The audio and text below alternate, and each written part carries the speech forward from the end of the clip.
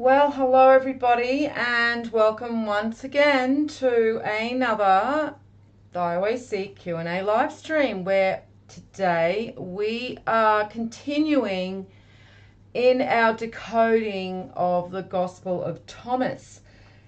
So we got to number 4 last week, and so that's where we're going to head off from today. I don't really need to go into all of the other information in regards to the Gnostic Christians, because we covered that in detail in the last live stream. So if anybody missed that, I would suggest going back to the other live stream, the part 1 of the decoding of the Gospel of Thomas, and listen to the information in regards to the Gnostic Christians, who are the true Christians. So modern Christianity as we have it today is not Christianity, okay? It's a bastardized form, a completely corrupted form of Christianity, and it started back round about 1700 years ago at the Council of Nicaea, where they decided on a new narrative,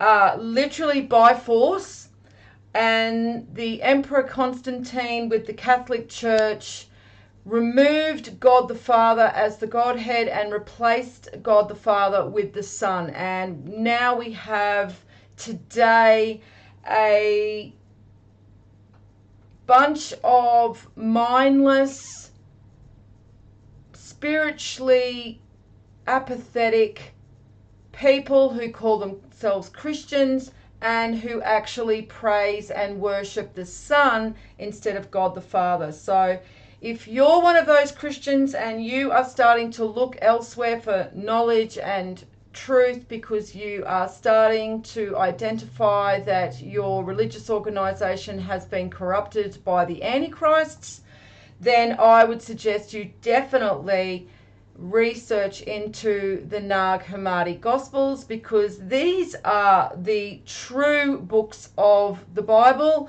that the Catholic Church has sought to discredit and ignore.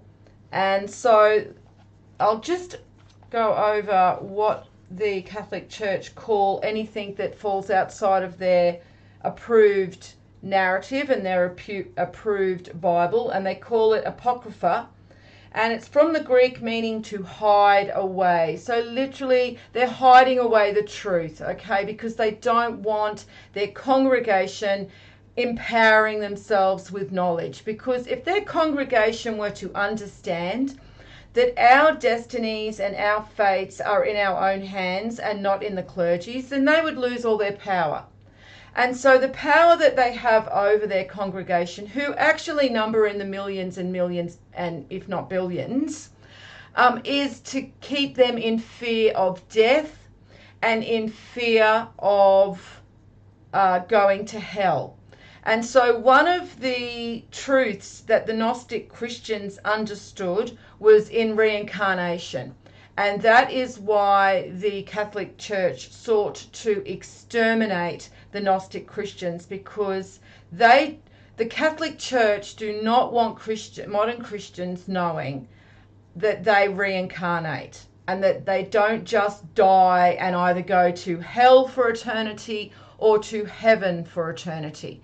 So they hide away any of the other scriptures that, don't align with their approved narrative. And so when you are actually trying to help a modern Christian turn away from the dark path that they have chosen, and you start quoting from the true Gnostic Christians and the true Gospels that have not been bastardized by the Christian Church or by the Catholic Church, they will tell you that you are speaking heresy, and that if anything that isn't in their Bible is basically blasphemy and evil and a heresy. And so literally what they're saying is that anything that the Emperor Constantine and the Catholic bishops at the time didn't decide on that would go into the approved Bible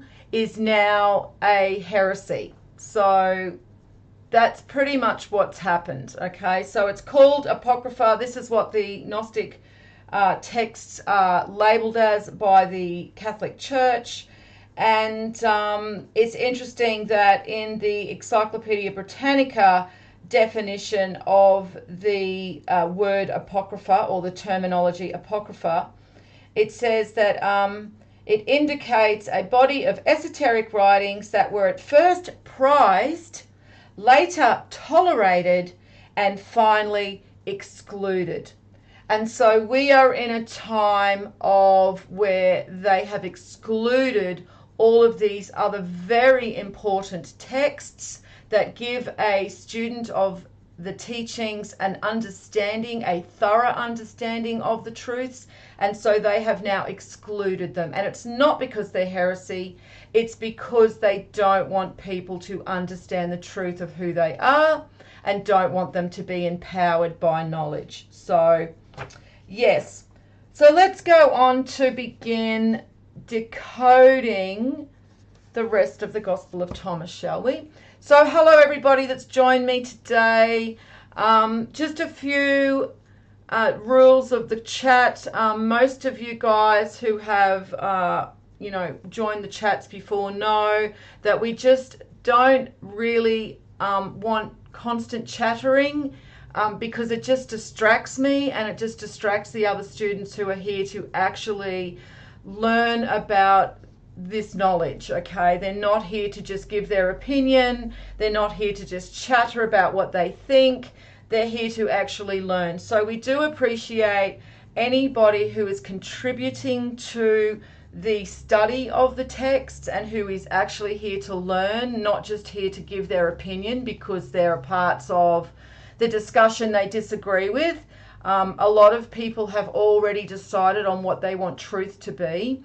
And so they get very triggered when somebody starts to discuss information that doesn't align with what they've already decided they want the truth to be and they want their reality to be. So if that is one, or if that is you, if you're one of those people, then it's time to start doing more work on why you feel threatened by new information, because nobody should ever feel threatened by new information to the point where you start abusing and name calling the person that's giving out the information.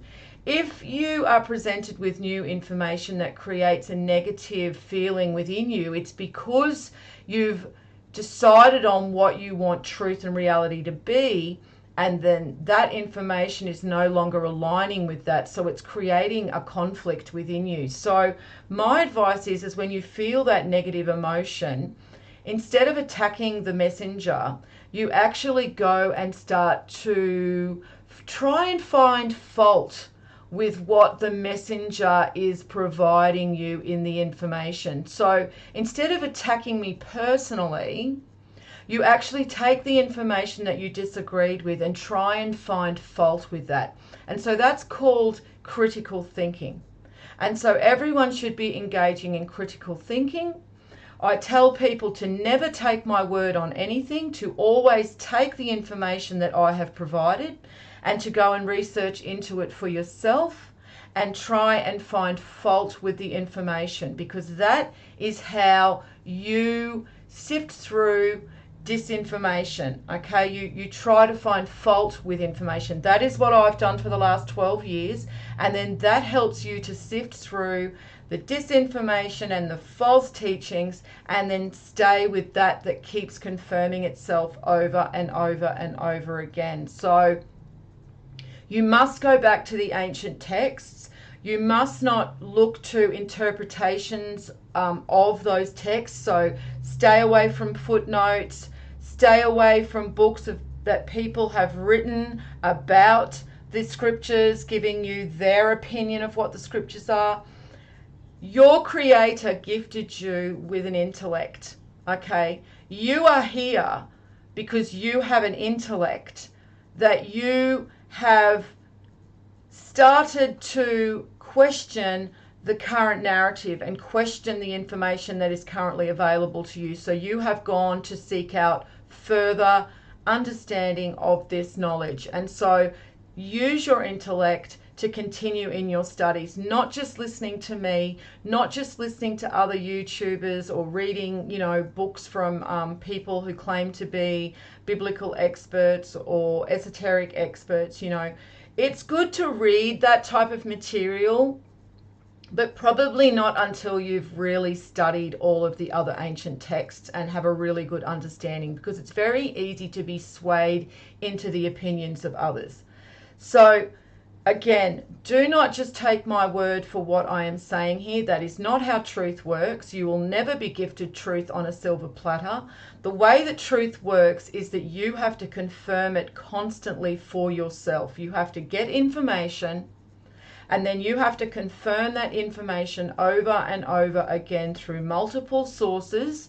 And that's why I'm saying go back to the ancient texts of all of the different cultures, all of the different religions, okay, and confirm that knowledge, because you will find that there is a repeating core truth in every single religious text and all of the ancient mythologies and all of the cross-culture theologies. You will find a theme repeating over and over again that is occulted beneath the stories and the parables and the mythologies. And that's really what the Bible is, okay? The Bible is a collection of mythologies, a collection of stories. And Jesus even says this in Mark 4, 11, 12. Okay, he says that the Bible is an occulted work. And I have also done a live stream in regards to that. So yeah, so if you can just refrain from constant chatting and giving opinion. If you have any questions, try and keep it to the last half hour of the live stream. The live streams usually go for around 2 to 2.5 hours. So, around about the 2-hour mark, if you want to start asking any questions regarding the discussion, or even if you have just questions in general. And lastly, anybody who is just joining this live stream and has not actually familiarized yourself with my 12 years of study that is available on my channel, please refrain from assuming that everything that I'm discussing in this, live stream is, the only information that I have, and that I am just giving opinion here. So everything that I am discussing in these live streams is because I have researched this knowledge for the last 12 years. And all of that research is available on my channel. So, it's very frustrating when I have people that join the live stream. They don't know any of my other information or any of my other, studies and research into this subject, and then they just assume that I am just telling you my opinion on this subject. So that is not what I'm doing here. I am literally repeating what I have studied and researched into, all of this information and knowledge, cross-culture. So cross-culture mythology, cross-culture theology, symbolism, Kabbalah, Hermetic science, numerology, astrology. And I'm not talking astrology as in I try to determine and predict the future using the planets. I'm talking about the mythology surrounding the constellations, because that's true astrology. We don't know what the movement of the planets movement of the planets mean anymore. We've lost that knowledge. I can assure you that knowledge is locked up under the Vatican, and they have a very good understanding of what all the movements of the planets actually relate to, because it is very entwined in the fates of humanity and each of our destinies. In regards to the movements of the heavenly bodies, okay, it all interacts and it all relays and relates to ourselves and our destined paths, okay, but we don't have the knowledge of how those influences impact us anymore because, you know, it's been stolen from us. Right, so now that we've kind of got through all of that, and you guys are pretty aware of the rules and where we're heading with this live stream, let's get into it, guys. Okay, so we were up to number 4. And so number 4, remember, was in regards to Jesus said the person old in days won't hesitate to ask a little child 7 days old about the place of life, and that person will live. For many of the first will be the last and will become a single one. So let's break it down because we need to. To start with, the first thing I'm going to do is to actually look at the sayings of Jesus. Now, remember I said there were a couple of different interpretations and translations of the Gospel of Thomas, okay, because it was written in Coptic.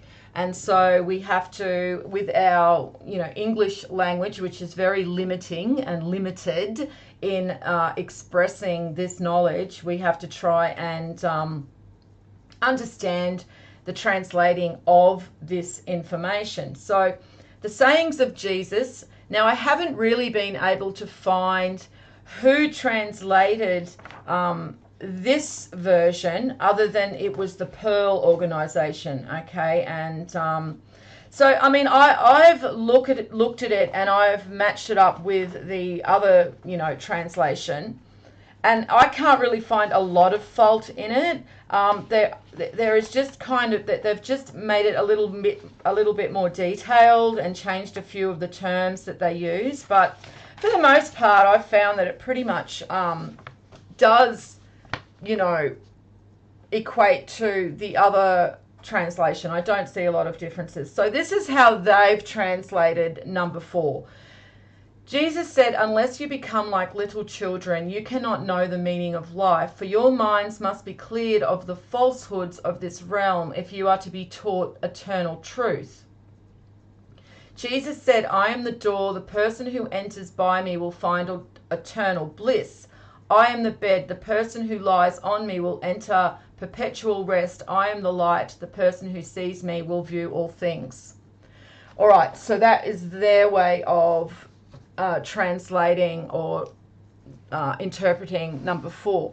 So now before I go on, I'm just going to read you a few of the different quotes that I've found in regards to number 4 and pretty much number 5 as well, because number 5, let's just do 4 and 5 together, because number 5, Jesus said, know what is in front of your face, and what is hidden from you will be disclosed to you, for there is nothing hidden that will not be revealed, and there is nothing buried that will not be raised. So let's have a look at some of the quotes that we've found that can help us understand those two parables. So this is from Angelus Silesius, and he says, unless thou dost become a child, thou cannot enter into the place where all God's children are. For thee the doorway hath too small a space. So again, if we look at the symbolism of the Fool card and look to the understanding of when we are setting forth on this path of discovery, we have to understand that we have spent pretty much our entire lifetime of being brainwashed. Okay, so ever since we were little, we have been brainwashed by social engineering through TV, movies, books. And I mean, can you imagine the social engineering being enacted upon innocent children today? I mean, they even have more brainwashing that they have to overcome. And so I really feel for small children in these times where they are, you know, literally being told that they can choose their gender, and that sexual deviancy and degeneracy is actually natural and encouraged. I mean, I don't think any child under the age of probably 12 should actually be even discussing sexual relationships, okay? Especially children under the age of, say, 9 years old, even 10. I mean, this should not even factor into a discussion with a child. And we are now encouraging these discussions in children of 3, 4, 5 years old. I mean, at 3, 4, and 5 years old, you should not even be thinking about anything sexual at all.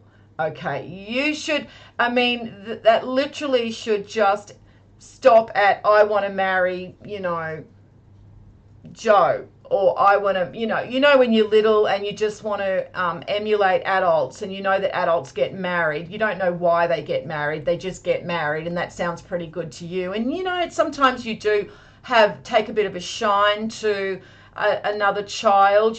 We all know when we were like 7, 8 years old, you have your little crushes. That's not sexual, okay? That's just an emotional attraction based on just liking somebody. There's nothing sexual about that. So it just disgusts me that we have gone down this path with children, but we know why that is, don't we, guys? We know why that is. It's because it's all designed to destroy God's creation, and humans are God's most prized creation in the physical form. We are at the top of the chain when it comes to the physical manifestation of God's creation on the physical plane. All right, let's not go down that path. So that is literally what it is saying. You have to be childlike. You have to go back to being a child from the beginning, removing all the brainwashing, removing all of the beliefs that you have given, even the ones that are attractive, because we do have beliefs that we want to believe they're true. And this has happened to us all. I've fallen into the New Age trap. I think we've all fallen into the New Age trap. I don't think there's many of us who haven't actually been interested in this knowledge and haven't actually fallen into the New Age trap, because, well, it's an attractive belief, isn't it? Where we're our own gods. We just have to meditate to raise our vibration. We just have to focus on the positive all the time, and then positive things will happen to us. If negative things happen to us, it's because of something we've done, attracting negative vibrations into our experience. I mean, we know all of the basic teachings of the New Age religion, and we all go down that false path. So we have to remove all that. That's what that, literally means, is that we have to remove all that. Why am I getting a line on the bottom of that? Sorry, I'm just going to try and find out why there is a line. It doesn't kind of fit into the screen. I don't know why that is, guys, with my loop, my pictures that I'm showing. I'm trying to get rid of that line down the bottom, because I think that's what makes it be a little bit bigger than the screen than it should be. I'll have to check that out next time I'm looking at all of the settings.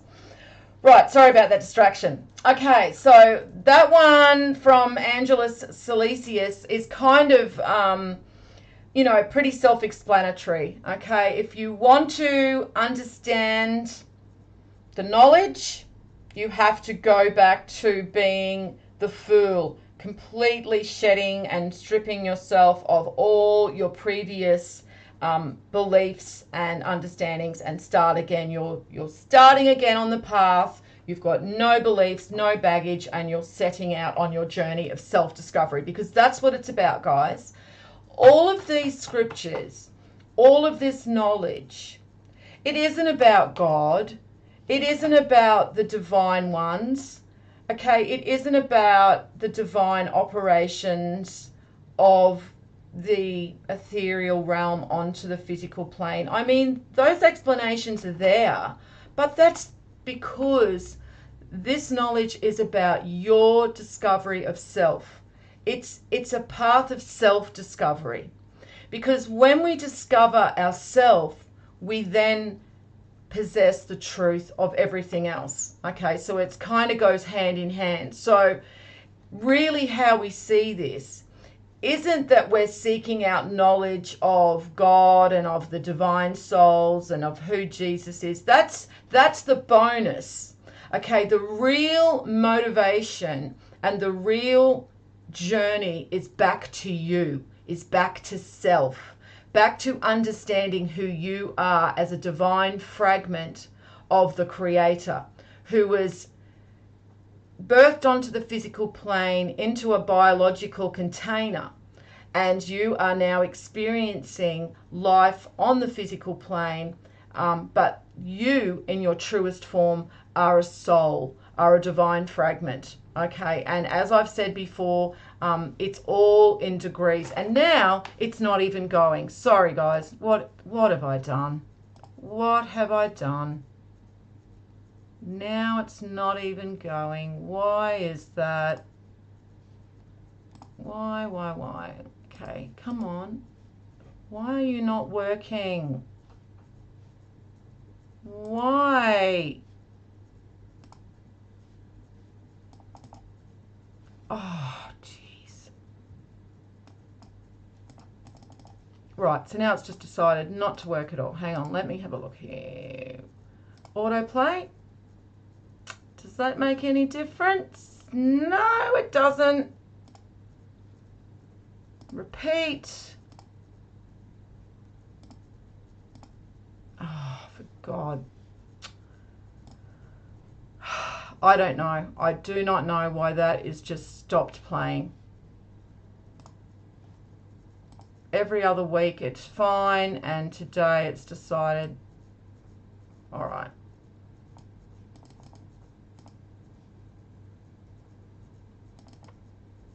No, doesn't want to play.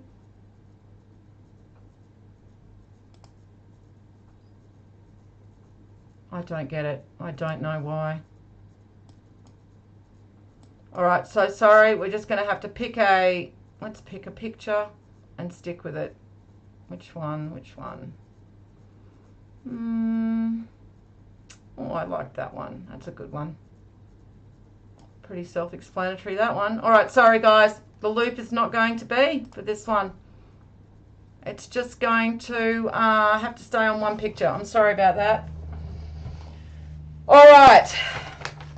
So let's get back to it. So, so this one is from Indris Shah, who is a Sufi mystic. He is really interesting, Indris Shah, and I would definitely look into more of his philosophies and his quotes. And he says, you must empty out the dirty water before you fill the pitcher with clean. And so, again, you know, pretty self-explanatory. And I don't really need to go into that too much. I mean, I suppose most of you guys understand that your motivation for this knowledge and for seeking out knowledge has to be pure. If it's not pure, if there is some agenda behind why you want to understand this knowledge, if it's to get a bit of street cred, you know, with other people in your community, if you are trying to gain some popularity, which is pretty laughable in itself, unless you're twisting the scriptures and the meanings around completely. Nobody really is interested in the truth because the truth isn't pretty to look at. You know, if you're trying to profit off this knowledge, I mean, the veil will just not be removed, okay? Because it's about aligning your heart and your mind. And the only way that you can align your heart and mind so that the veil is removed and you can understand this knowledge is that you have to have a pure motivation.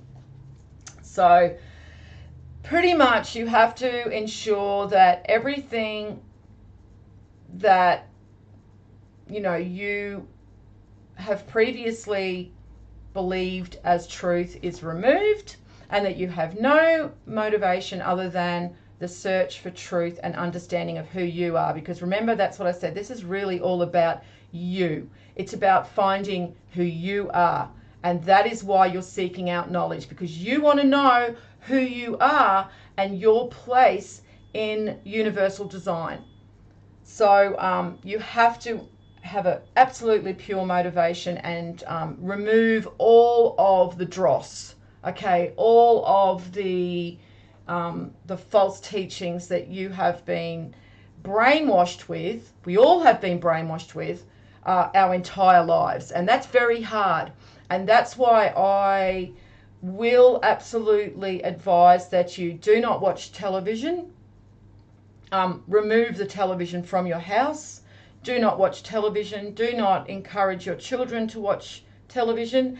And it's not so much the content when it comes to probably entertainment, though that is very much these days all about social engineering, and it's always been about social engineering anyway, but today especially so. And really that's the only reason Netflix was created, was for social engineering, so they could pump through their programming and, you know, their movies and their shows and fill it full of social engineering, which is why now I mean, Bridgerton, you know, I love all this Regency, you know, the Regency dramas. That's one of my favorites. I always love all that stuff.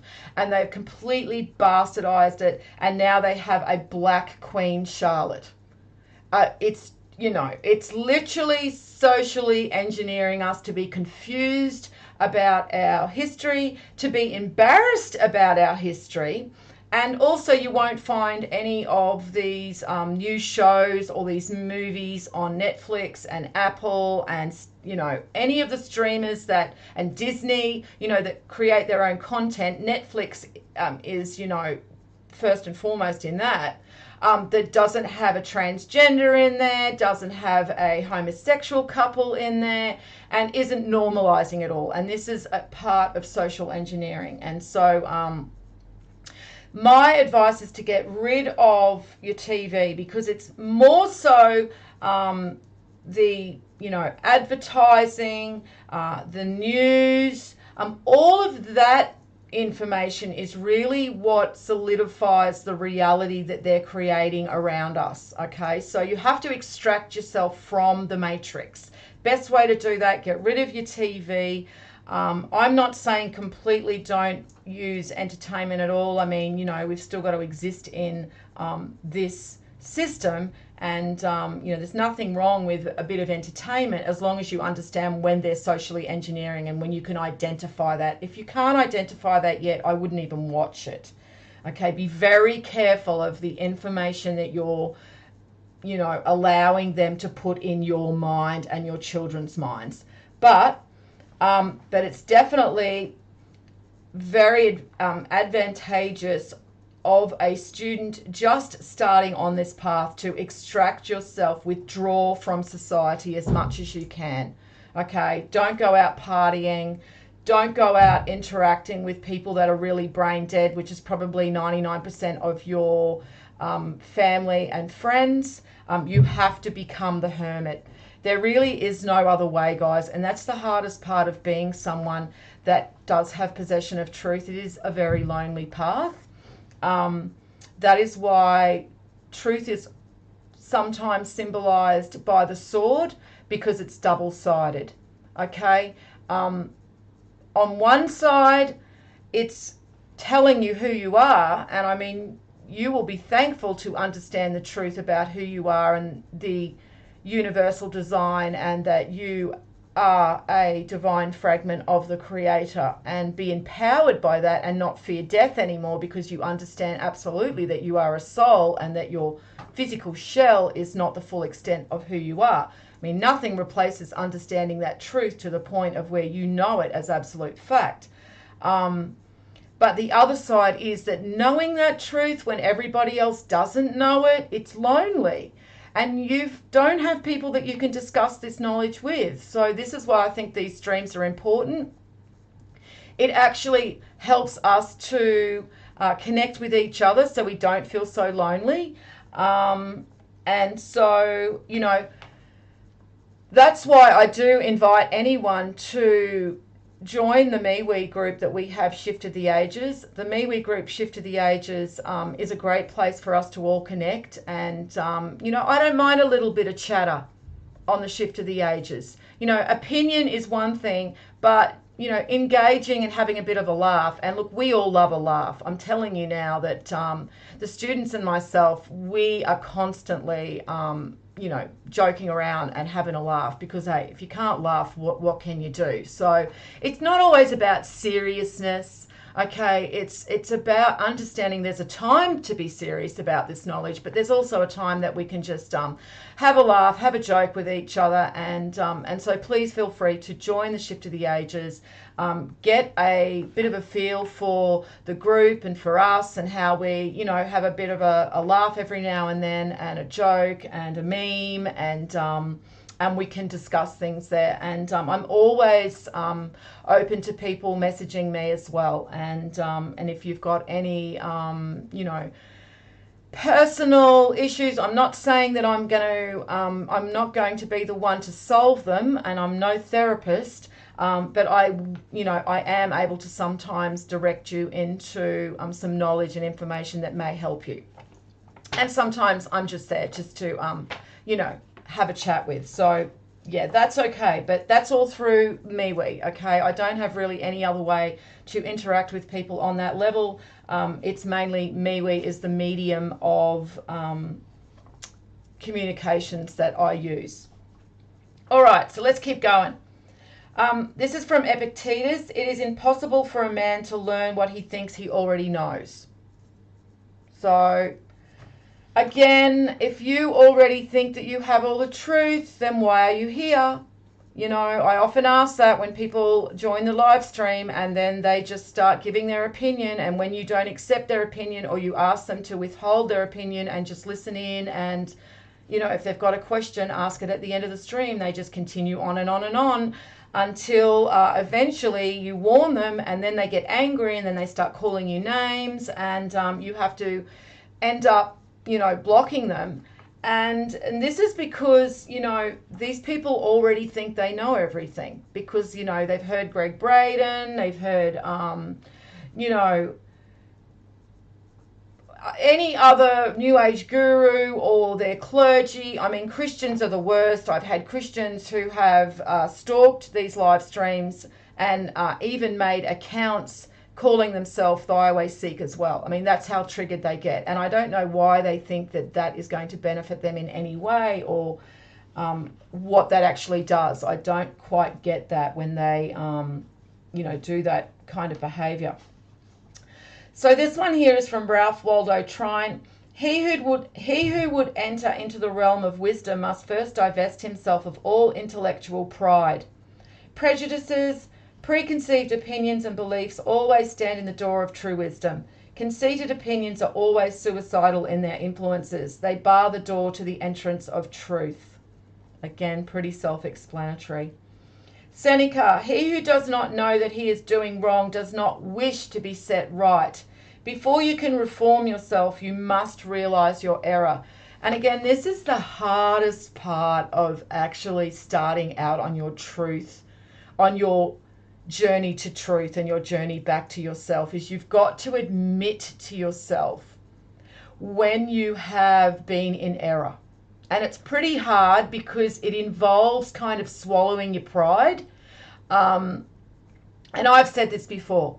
When I first started doing all of this research and, I joined YouTube and I was uploading content, and I was pretty much really interested in earth changes. That's where I started, because I started to see that there was a definite uptick and escalation in earth changes, and that was where my interest was, and also in astrophysics and all of the behaviors of the sun and how that was impacting us here. So that is where I first started looking at the knowledge, and then I started discovering that a lot of prophecies were speaking about all of these different changes, and so that's where I started looking into the more spiritual subject. Now, that's not to say that I wasn't already looking into the subject of spirituality prior to me doing YouTube and doing the research into the earth changes, but it was just, that was where I really started with YouTube, was all of that, looking at that knowledge and looking at that side of things. And so I had a really negative experience with religion when I was younger. I was unfortunately birthed into a family of Roman Catholics, and I was unfortunate enough to have to spend one full year at a Catholic school, and that impacted me emotionally and spiritually for a very long time, well into my teens. Even now, I look back and I still have, a negative reaction to thinking about the time that I spent at that 1 year of Catholic school. And so that caused me to have a really bad feeling towards anything religious, which was unfortunate because a lot of truths are with religion, but with ancient religion. Okay, so I threw the baby out with the bathwater. And so a lot of people approached me in the early days and were often discussing things about spirituality in regards to the religious side of things and speaking about Jesus and I was just dead set against looking at anything further than Jesus being a symbol for the sun. I had decided on astrotheology. That was my thing. That was the truth. There was no Jesus. There was no man. There was no, that, the clergy were just using religion to control everybody, and that was that, and I wasn't going to look any further. And so I have to apologize to anybody who previously commented to me with information about anything religious when I would just shut them down. Now, I'm not saying that people that commented back there had any truth anyway. More likely than not, no, because anybody who is regurgitating what the clergy teach them about Jesus and the Christed are not actually in possession of any truth anyway. But I would not even listen to anybody bringing forth other information if it didn't align with astrotheology, okay? And I was right into Santos Bonacci's teachings and what he was teaching about astrotheology. So that's where when you actually find more information, and really it wasn't until I found, I didn't find it, somebody actually told me about the Nag Hammadi Gospels and the Gospel of Thomas. And when I started looking at that a little bit more deeply, I started realizing there was something more to it. And so I started being a little more open. And then gradually it started to show itself to be more truthful than the information that I was getting about astrotheology, because I started engaging in critical thinking in regards to astrotheology, and it doesn't answer all the questions, because again, it's a surface understanding of symbolism. It doesn't go deeper. And when we understand Hermetics, we've got to apply everything spiritually, mentally, and physically. And that's what a lot of people don't do about, symbolism or with symbolism. They don't apply it on all three levels. They just look at it maybe spiritually, or they may look at it just physically and try. I mean, I've seen, thunderbolts of the gods, the electric universe theory, and, all of these symbols that were carved into the rocks and that the ancients used. They are actually talking about this unusual phenomena that was in the sky thousands of years ago because there was, these plasma events. See how they're only applying it physically. So yeah, that could very well be the case. But what about spiritually and mentally? How do those symbols apply that way as well? And that's what people don't do. Okay, so that's what we're here to make sure that we don't do, is just stay at one level and not go any deeper.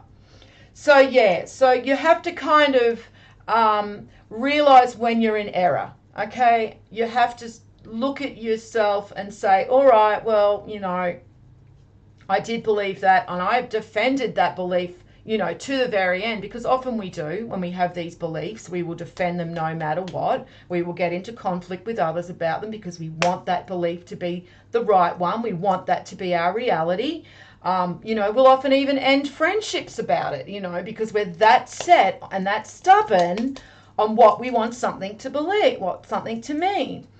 So part of being a student of this knowledge to the level that you need to be is you have to identify when you have actually been in error and be willing to correct your errors. And then you can move forward, because until you do, you've hit a dead end. Okay, you're not going to go any further, and you're not going to have any further understanding for this knowledge. You're just going to be stagnating. So, yeah, that's what Seneca is meaning there.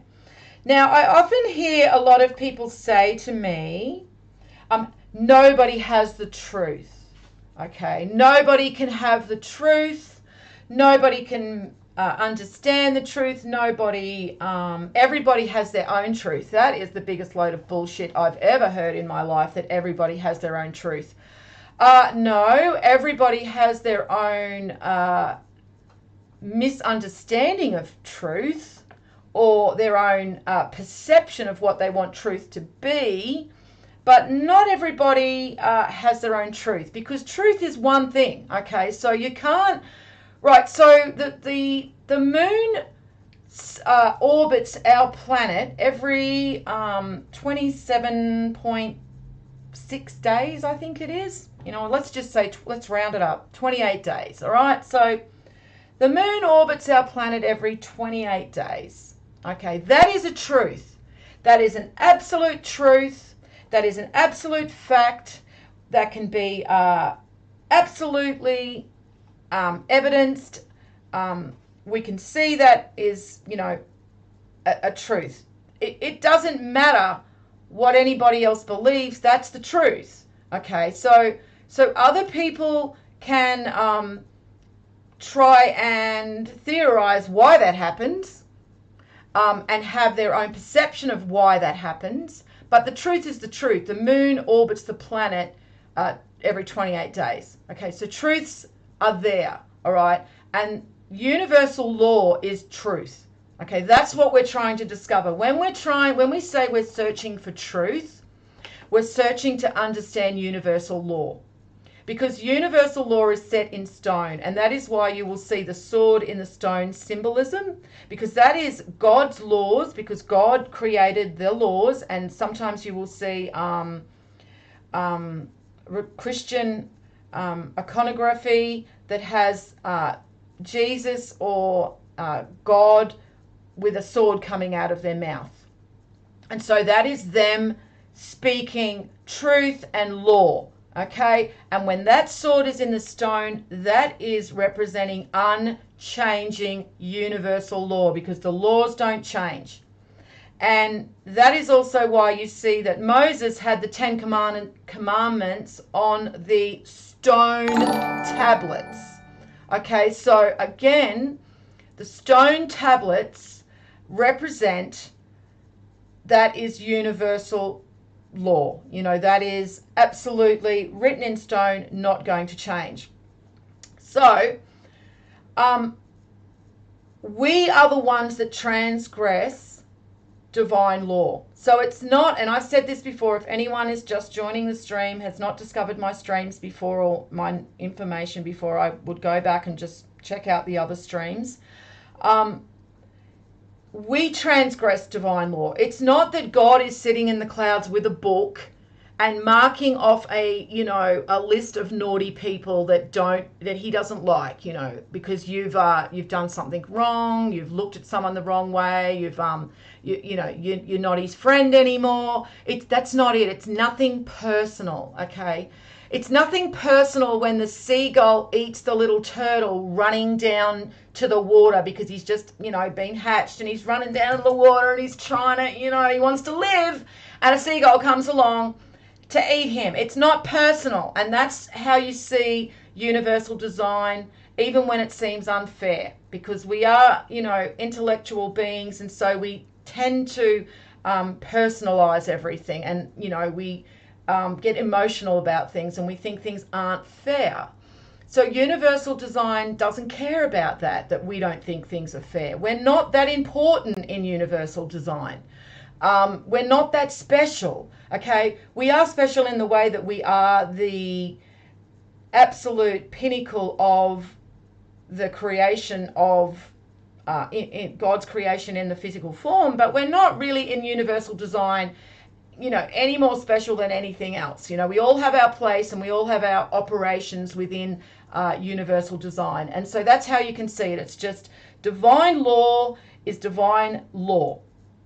That is what truth is. That is what we're here to discover. And when you understand and discover divine law, then you're really pretty much halfway to understanding the truth. Okay, and that's why I say it's very important to understand Hermetic science, because Hermetic science is the true science, and the 7 principles of universal law will help you understand truth, because they are literally explaining divine law that we are all operating under, and we don't get a choice in it. We don't get to say, well, that's not my truth. Cause and effect is not my truth. Okay? Mental universe is not my truth. Yeah, it is. It's everyone's truth because it's law. All right? So that's what we're here to discover. The truth. The truth is divine law. And so to say that, well, nobody knows the truth.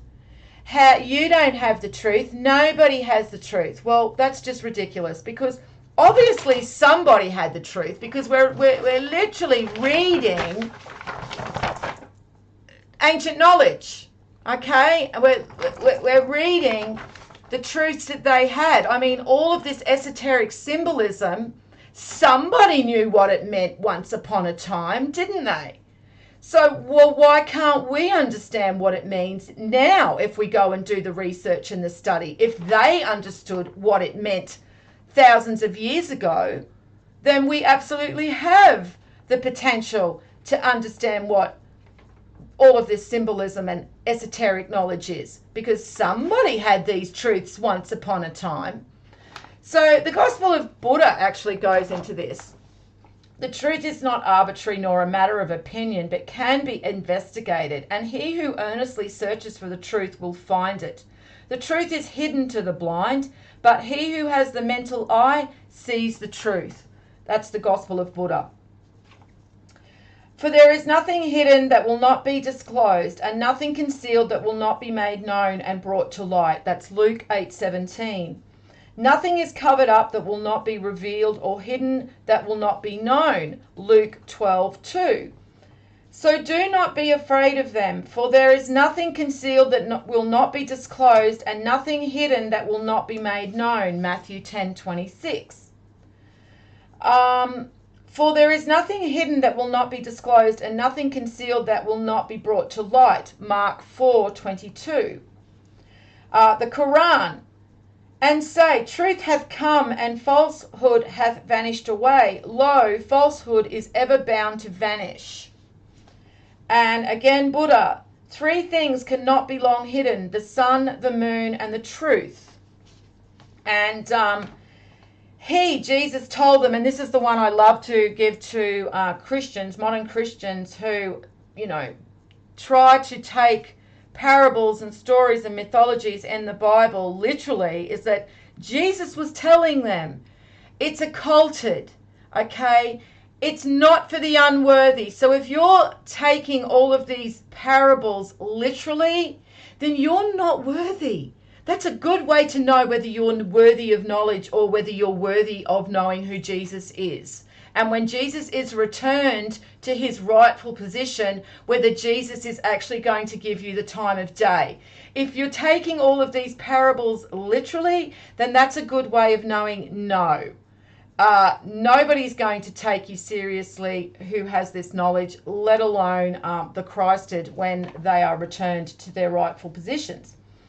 So Jesus told them, the secret of the kingdom of God has been given to you, but to those on the outside everything is said in parables, so that they may be ever seeing and never perceiving, and ever hearing and never understanding. Otherwise they may turn and be forgiven. Because only those who have sought out knowledge, who have trusted in their own God-given intellect to find the truth, will actually find eternal life, will actually move into the new great year with the divine souls and experience immortality with the divine souls who are immortal by birthright.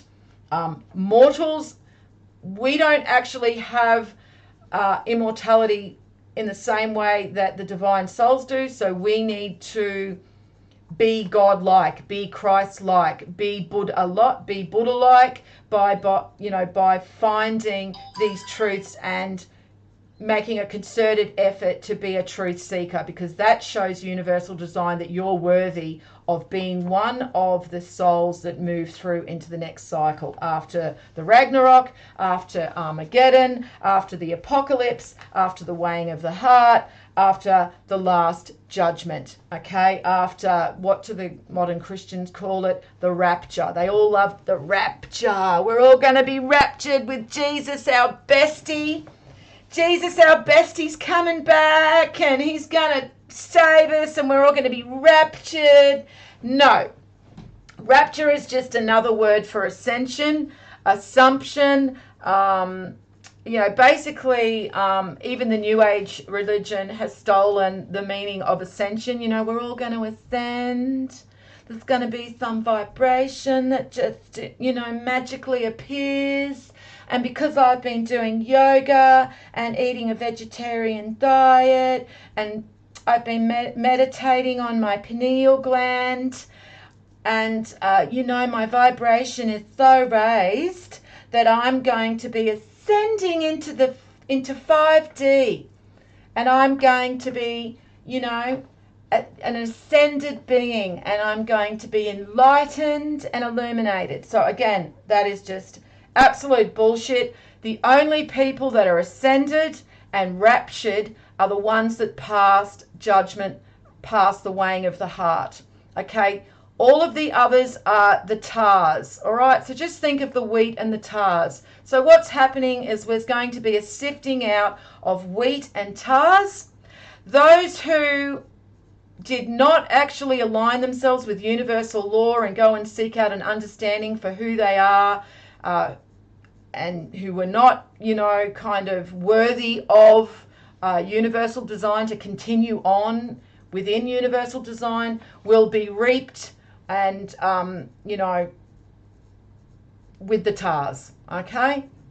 That's pretty much it. That's what all of that symbolism is relating to. So no, there will be nobody raptured and nobody being ascended or experiencing ascension until after the weighing of the heart, and then that is part of the reset into a new great year. We will have a spiritual ascension and union with the Creator to be rebirthed back into a new great year on the physical plane, into the golden age. So that's literally what that all means. So you can just see how lost and, out of touch these people are. So that's pretty much explained. The person in olden days won't hesitate to ask a little child 7 days old about the place of life, and that person will live. It's about rediscovering innocence, rediscovering that is where truth is. Before you get brainwashed and socially engineered, you have to return back to your most innocent form and seek out knowledge from that place. And then when it says, for many of the first will be the last and will become a single one. So many of the most ancient souls, so many of the first will be the last. That will be the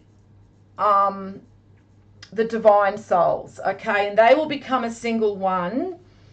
Because all souls are created whole. And so at the end of the great year, they will be reunited. They will become whole again, and then to be, rebirthed separately again into physical form, in the great new year, in the golden age. So that's what that means, that they will come together once again. And any of the mortal souls who are also in a lesser degree created with their other half, because it's all a part of, and it's all a process of creation. It won't be to the level that the divine souls are created, because everything is degree under, like everything happens in degrees. But there will be some souls who, mortal souls who do reunite with their other half as well. They will be in the very few. and they are to be very respected, to have gone through a lifetime of incarnations and still manage to pass judgment and pass the weighing of the heart into a new cycle with their other half, and they are a mortal, is a very is not to be underestimated at how great and how awesome that is. I mean, those souls are to be revered and absolutely respected for that, for attaining that immortality against all odds together.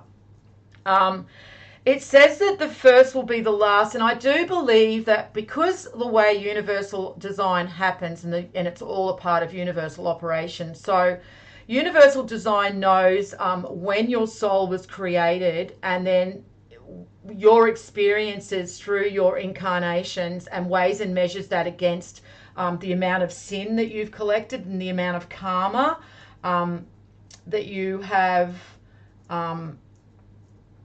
had to work through.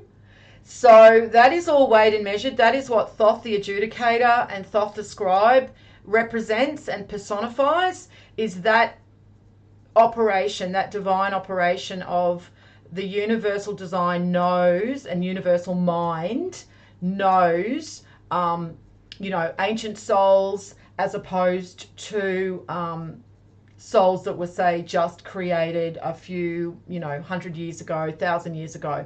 So ancient souls that were created, and a lot of them come through in the last cycle with the divine, they will be weighed and measured differently than newer souls. And I would say that they probably do have a potential to pass the weighing of the heart based on the fact that they've had so many incarnations to get shit right. Again, it may seem unfair, but it's just universal design. Every time you think, well, that doesn't sound very fair, well, how come? You just have to kind of imagine the whole seagull eating the turtle as it runs down to the beach, runs down to the ocean, or the deer who gets taken by the lion. That's not really fair either, but it's just a part of universal design. So we are all a part of universal design. And, we get more goes at getting it right than just one lifetime. So it's, when people say you only live once, couldn't be more wrong. No. What they need to say is life is short, okay, because that's the truth. But you get more than one go, all right? So you don't have to kind of get it all right and fit it all into one incarnation. And normally when, and if you listen to Manly P. Hall, he's pretty good when he is explaining information in regards to the soul. And, as he said in one of his lectures, that it's just impossible for a soul to ever get it right in one incarnation, right? You have to have multiple incarnations. And basically, once you've got a challenge, you are tested and you succeed in that test, in that incarnation, you won't have that test again. But if you fail in that test, okay, say you're a greedy person, right, and you really like materialism, and you are tested in your last incarnation and you fail, then you will be tested again. And you may have another incarnation where you're actually provided with a lot of materialism. So it's really hard for you to overcome that that greediness, because when we have a lot, we want more. Do you ever notice that people that have a little don't really want for much? They really just, if I have a, you see them all the time, salt of the earth people that don't have a lot, they're like, all I want is a warm bed and a warm meal and, I'm happy kind of thing. But when people have a lot of material possessions, they just want to keep accumulating more and more and more, mostly because they're empty. People that have a lot of material possessions are empty. And so they try and fill themselves, and to fill themselves, they think they can just keep gathering more material, material objects and materialism to fill that void within them. And when that doesn't work, then they just keep trying to fill it again, you know. And so, yeah, we're here to overcome our challenges and tests. If you find anything in your current incarnation is something that is really, it's a challenge for you that you just seem to have to always deal with, you know, we all have it. It's like, why does that always happen to me? So look at what that is, because that's obviously the challenge in this lifetime, in this incarnation, that you have to work through. So look, it's a good thing that you have discovered this knowledge, okay, and that you are interested in this knowledge. That is a positive in your experience. And nothing happens by accident. If we understand the principle of cause and effect, we know that everything is destined, and that you've taken this path for a reason, whether it's just because it's suddenly shown up in your recommendations list and you found this stream, whether you know, there's other reasons that have brought you to this moment. And I'm not saying this exact moment, but I'm saying that if you are finding this knowledge, it's for a reason, and continue on that path, you know. And as I've said, if there are things that you don't agree with me about, that's okay. Go and find out why you don't agree with me about it. What is it that I've said that you don't agree with? Go and try and find fault with it. Go to the ancient texts and try and find fault with what I've said that you don't agree with. That's the best way to do it. Instead of just saying, I don't agree. No, I do not agree with what she said then. No, that is not right. You have to find out why you don't agree with it, and then go and confirm that to yourself. So you can say, yep, she had it wrong. She had it wrong. I was right. Look at it. It's in all of these ancient texts that I've just studied, and it's not there the way she said it or she explained it. She's wrong. I'm right. So if you can do that, then all the best to you, and let me know, because I want to know if I'm not right about something. Okay, I want to know if I've got something incorrect and go back and revisit it and study it further. Because again, remember, this is about the search for truth. This is about the search for an understanding of divine law. And so we're here to find those truths. We're not here to say, well, I'm, you know, smarter than you. I'm, you know, better than you. I've got more understanding of this knowledge than you are. It's not a competition. And if we start getting into that type of mentality, then we're not doing this for the right thing. I'm going to change our picture a bit. We'll do it manually. All right, let's find another one. Keep going. Something with a bit of symbolism. Oh, that's a good one. Falling out of heaven. No. Well, that's a good one. I like that one. That's the working together to find knowledge. That's the Biner and Chokmah have to work together to find knowledge. That's a good one. I like that one. All right. So let's go on, shall we? So 5, Jesus said, know what is in front of your face, and what is hidden from you will be disclosed to you. For there is nothing hidden that will not be revealed, and there is nothing buried that will not be raised. Well, I just read out a few of those Bible verses that literally are just saying to us that eventually when the ether moves into the physical plane to a level where it illuminates the divine souls amongst us, all truths will be known. Because once the illuminated souls amongst us are known, so the divine souls, the Christed, the gods with a little g, you know, they're known by various names. Once we know who they are without a doubt, because they will literally look different to mortal humans, then they will start relaying knowledge to us. They will start relaying truth to us. Okay, and we know that they won't have an agenda, because they are the children of God. This is literally their realm, their kingdom. We are just visiting. We are just passing through their kingdom. We're just staying here for a bit. They've gone away. They've had a bit of a holiday. They haven't really. They've had a pretty tough time of it, because when they've gone down into the lower ages, into the Iron Age, and they've lost access to their, you know, abilities and their skill and their illumination, and their divine portion has faded, they are experiencing life as a mortal, you know, as a mortal being, as just a normal human.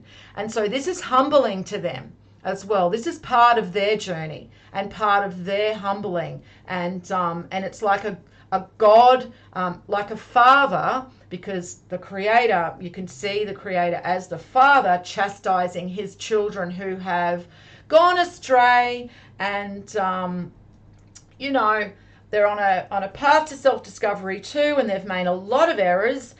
They've gone and transgressed divine law a lot of times to probably a lot of different levels, you know, some more than others.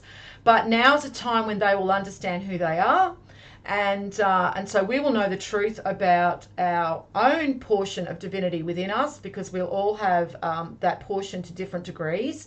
And we'll also know that the people that have been controlling the physical world, the material plane, the system that we live in right now, which I call the Matrix, we will know they're evil. Okay, now they are going to reveal themselves because they mirror everything of divine operation.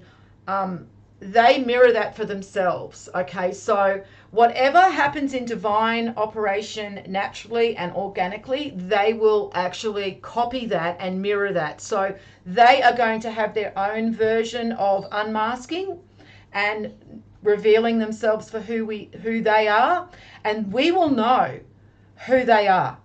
They will show us their evil and what they have been doing to us, and it will horrify us. In fact, it will horrify us to the point where people that aren't prepared for it will literally go insane. Okay, these normies, these sheeps who have accepted the physical reality they're living right now, the Matrix, as their absolute truth. Okay, atheists especially, I'm talking to you. Okay, who have looked to white coat scientists as their gods, and everything that they live right now is the absolute truth. They are not going to be able to handle how they have been fooled and deceived by evil, by the evil people in control of our world. And they have just crowned their false messiah. I have done a live stream about that. I recommend, if anybody hasn't listened to that, to go and have a listen, because I've pretty much spelled it all out, that they are just beginning to escalate their attacks on humanity, because they know humanity is the prime creation of God. And so to attack God, they attack us. They attack humanity. And that is what they're going to be doing. So I don't know if you guys have noticed and identified the escalation in mass shootings right now. Okay, we were having like, what, one every couple of months. Then it was like one a month. Okay, then it was like one a week. And now it's like one a day. Okay, so they are escalating their attacks upon us. There's lots of symbolism to be found in these attacks against us, because they love their numerology, because numbers are the backbone of universal design. They are the blueprint of universal design. They are the language of God the Creator, and they know that. And so they use these numbers against us, because it's like a FU to creation and their creator. Okay, so numerology isn't the numerology that you see with, astrologers and new agers, where they, do the numerology of your name, and it says like, well, this is your number, and oh, this is your personality trait. This is who you, no. Okay, that is a very limited understanding of numerology, and it's pretty much incorrect most of the time. Also, gematria. You can't really trust in gematria, because there's so many different ways, and it can be that they just interpret. So, numerology, Pythagorean numerology, is what I use, because it can't be manipulated. A equals 1, B equals 2, 3 equals C, 4 equals D. See where I'm going with this? You can't bastardize that. Okay, so stick to Pythagorean numerology, and then when you understand what the numbers represent in divine operation, you can understand numerology. Okay, and then you understand why they're using this numerology against us, and they hate the number 8. They hate the 8, and you'll notice that a lot of these attacks on humanity lately are featuring the number 8. So if you don't know what the number 8 represents, then I suggest you go and listen to a couple of my live streams where I have literally given out the meaning for the number 8 and what that relates to within the divine souls. So it's very connected to Jesus, the firstborn of the divine souls, very connected to him and the other messiahs. I'll leave that there. All right, so let's go on to number 6. His disciples asked him and said to him, "Do you want us to fast? How should we pray? Should we give to charity? What diet should we observe?" And Jesus said, "Don't lie and don't do what you hate, because all things are disclosed before heaven. After all, there is nothing hidden that will not be revealed, and there is nothing covered up that will remain undisclosed." So the last part of that's literally just connected to number 5. But when they ask him, well, what physical operations do we need to do to be more like you, should we go to church every Sunday? Should we go and take Holy Communion where we drink some bloody wine and we, eat some bits of manufactured processed circles of bread and that makes you love us more and makes, us better Christians? Should we do that? Oh, should we pay a tithe? Should we put money into the charity bowl when it gets passed around? Should we not eat meat? Should we just eat vegetarian? Should we not drink milk? Should we... See where I'm going with this, guys? It's all physical operations, okay? And that has nothing to do with spirituality. All right. Now, in saying that, that doesn't mean go and inhumanely murder an animal, make it suffer, okay? Let it die in pain and then eat it. Is that something that is aligning yourself with creation and with universal law? Well, no, okay? You don't want to make anything suffer because everything is created of God, okay, of the Creator. So when you attack and harm and cause distress to an animal, you're doing that to your Creator because that is a part of creation. It's about being humane, it's about being respectful, and it's about honoring that animal that has given its life to sustain yours. When you do it in a respectful way, then that is, in alignment with universal law. And so that's pretty much what that number 6 is saying. It's just, none of those physical operations is going to really make a difference. But if you want to help someone, don't just give money to charity, go and help them. Okay? Don't just say, well, I'll just give to this charity and then that's me doing my good deed. No, that's not. That's you giving the money to the church who are going to take their cut, by the way. Or, giving to Greenpeace, they're going to take their cut, right? The CEOs are going to take their cut. If you need to help someone, want to help, you help the little old lady cross the street. All right. You go and actually, if you see a homeless person that is struggling, and look, I'm not talking about people that are, fentanyl addicts, right? They're beyond help. All right. They really are. Best thing to do is to let them probably, wipe themselves out of existence. And I know that sounds cruel, but it's literally putting them out of their suffering because some of them are just so far gone, they're never going to be helped.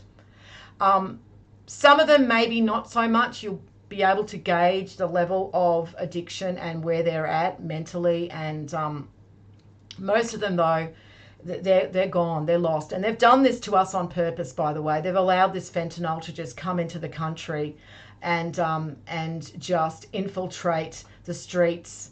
That's why it's free. They literally give them needles. There are programs in place where they're providing them with needles, and it's like literally giving them this stuff for nothing to allow them to kill themselves. Again, it's all part of the design to destroy us.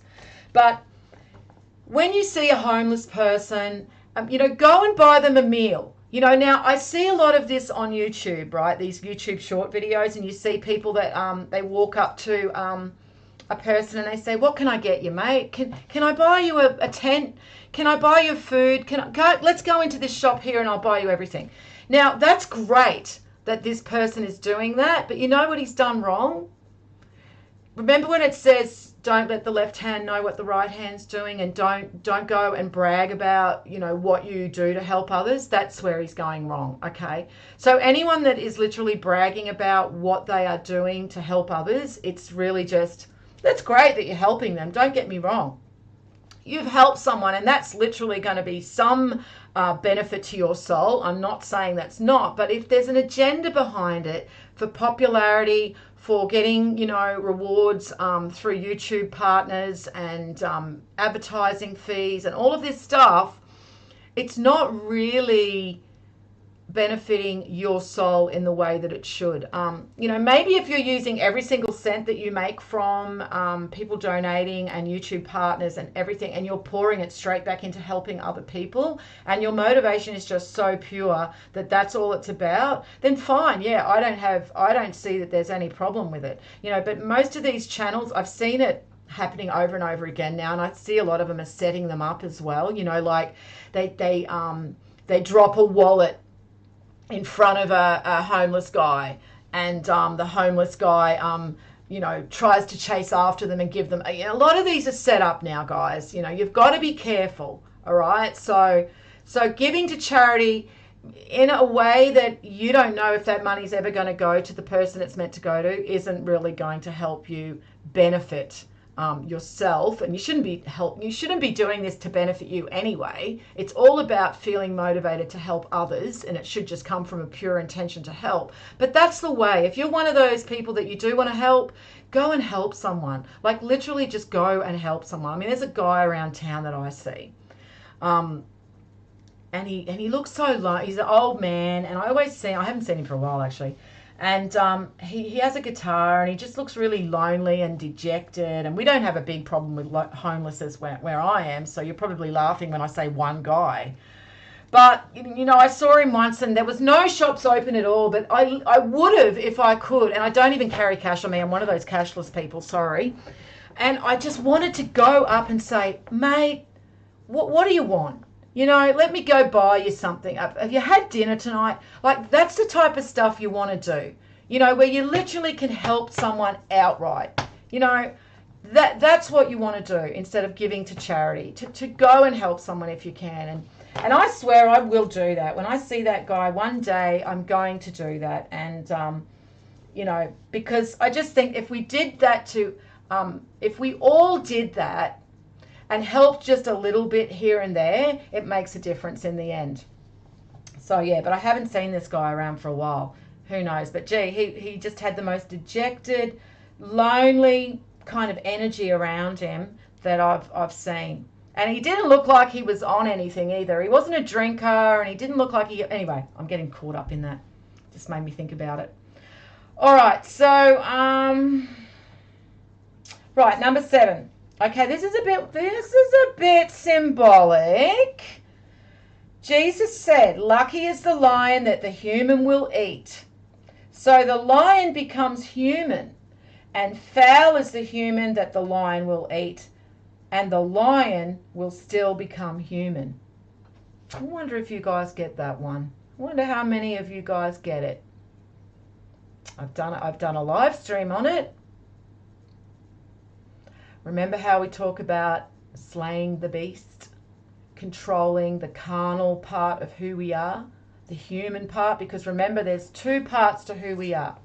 We've got the higher self, and we've got the lower nature. And so right now, in these times, everyone is controlled by their lower nature, because nobody really understands that they are a soul. And so nobody really exists up in their higher nature, which is from the heart, the throat chakra, the third eye chakra, up to your crown, where your crown kind of meets with the divine mind to a certain extent, okay? Because we would have our minds literally blown apart if we were ever to, our mind, meet with the creator fully, right? So there's like this this medium in between. But what we have to do in these times is move up into our upper, higher self. Okay, that's the self that's operating through divine law. That's the self that understands the divine laws that we are, you know, operating under, that we have to adhere to. Okay, that we shouldn't transgress. You know, that's the part of ourselves that is virtuous, okay, that tries to be the best part of who we are. Okay, the lower part of ourself is from the other side of our heart, because the heart is like the mediator, okay, it can be turned either way. It can be hardened, all right, you have a hardened heart, you no longer can get through the heart to the upper, part of your higher self, okay, it's like a barrier because you've hardened your heart, okay, but your lower part of yourself, so is the bottom part of your heart, is your also your solar plexus, which is pretty much where your soul is situated. So your soul is the medium, your spirit, okay, but then you have your third eye, which is seated in your soul, and that gives you your essence, your personality, your ego. I know that's a dirty word in the new age, but your ego is literally just your personality and your essence of who you are, that makes you you, makes you different to somebody else, to makes you different than another soul, that you have your own personal likes and dislikes, preferences, and that is your coming from your consciousness, which is seated in your soul. So your soul is the part of you that is the spirit of the creator, is the what the creator is made of as well, because at the end of the great year, when we are all weighed and measured and reaped, the wheat and the tares, your part of the part of you that gets removed from existence and exterminated and extinguished and no longer exists anymore and goes into the abyss to be destroyed, is your essence, is your mind, your consciousness, your who you are, that part. But your soul part goes back to the creator, goes back to be recreated into another soul that is implanted with another consciousness, and then rebirthed onto the physical plane. This is why the Hindu have a great way of explaining the creator. They've actually, it's called the Trimurti. They've separated the creator into 3 parts, and it should be, I don't know, I'm not off the top of it's just off the top of my head, that they have the intellect part, and I'm pretty sure that's represented by the female part, because God the creator is androgynous. And then you have Brahma, which is the operational part of God, the creational part of God. And then you have Vishnu, which is the intellectual. So God is also described as Shin in the Hebrew symbolism and text. And Shin is intellect, emotion, and will as well. So there's 3 parts to God the creator. So yes, so that part of our solar plexus is literally just our body of our soul, if you can understand that. So the soul, if it's going to have a form, a body, which it doesn't because it's indefinable, but just say mentally you want to give it something, you want to give it a visualization, just visualize the soul as being seated, as being in the solar plexus, and then moving up from there to where your third eye, your consciousness is seated in that soul. That's why sometimes, your soul, you've got to listen to your gut instinct. Oh, that doesn't feel right. That's where it comes from, doesn't it? It comes from your gut. It's your gut telling you. You know it's coming from your gut. You're feeling it. And, they found that there are neurons in your gut too. So then you've got your sacrum. Well, do I really need to explain your sacrum when it comes to carnal urges and how strong those carnal urges can be when it comes from that chakra? And then you've got your root chakra, and your root chakra actually extends down from your tailbone all the way down to your ankle. Okay, so most times it's just shown in diagrams just to end at your tailbone, but it actually moves down to your ankle, and you will see that there are some Hindu diagrams where they've kind of esoterically shown you that the root chakra is at your ankle, because they actually have the person seated with his legs crossed, and they show the diagram with the root chakra going down his leg, and the chakra actually sits at his ankle, but his ankle is positioned the way he's sitting at his tailbone.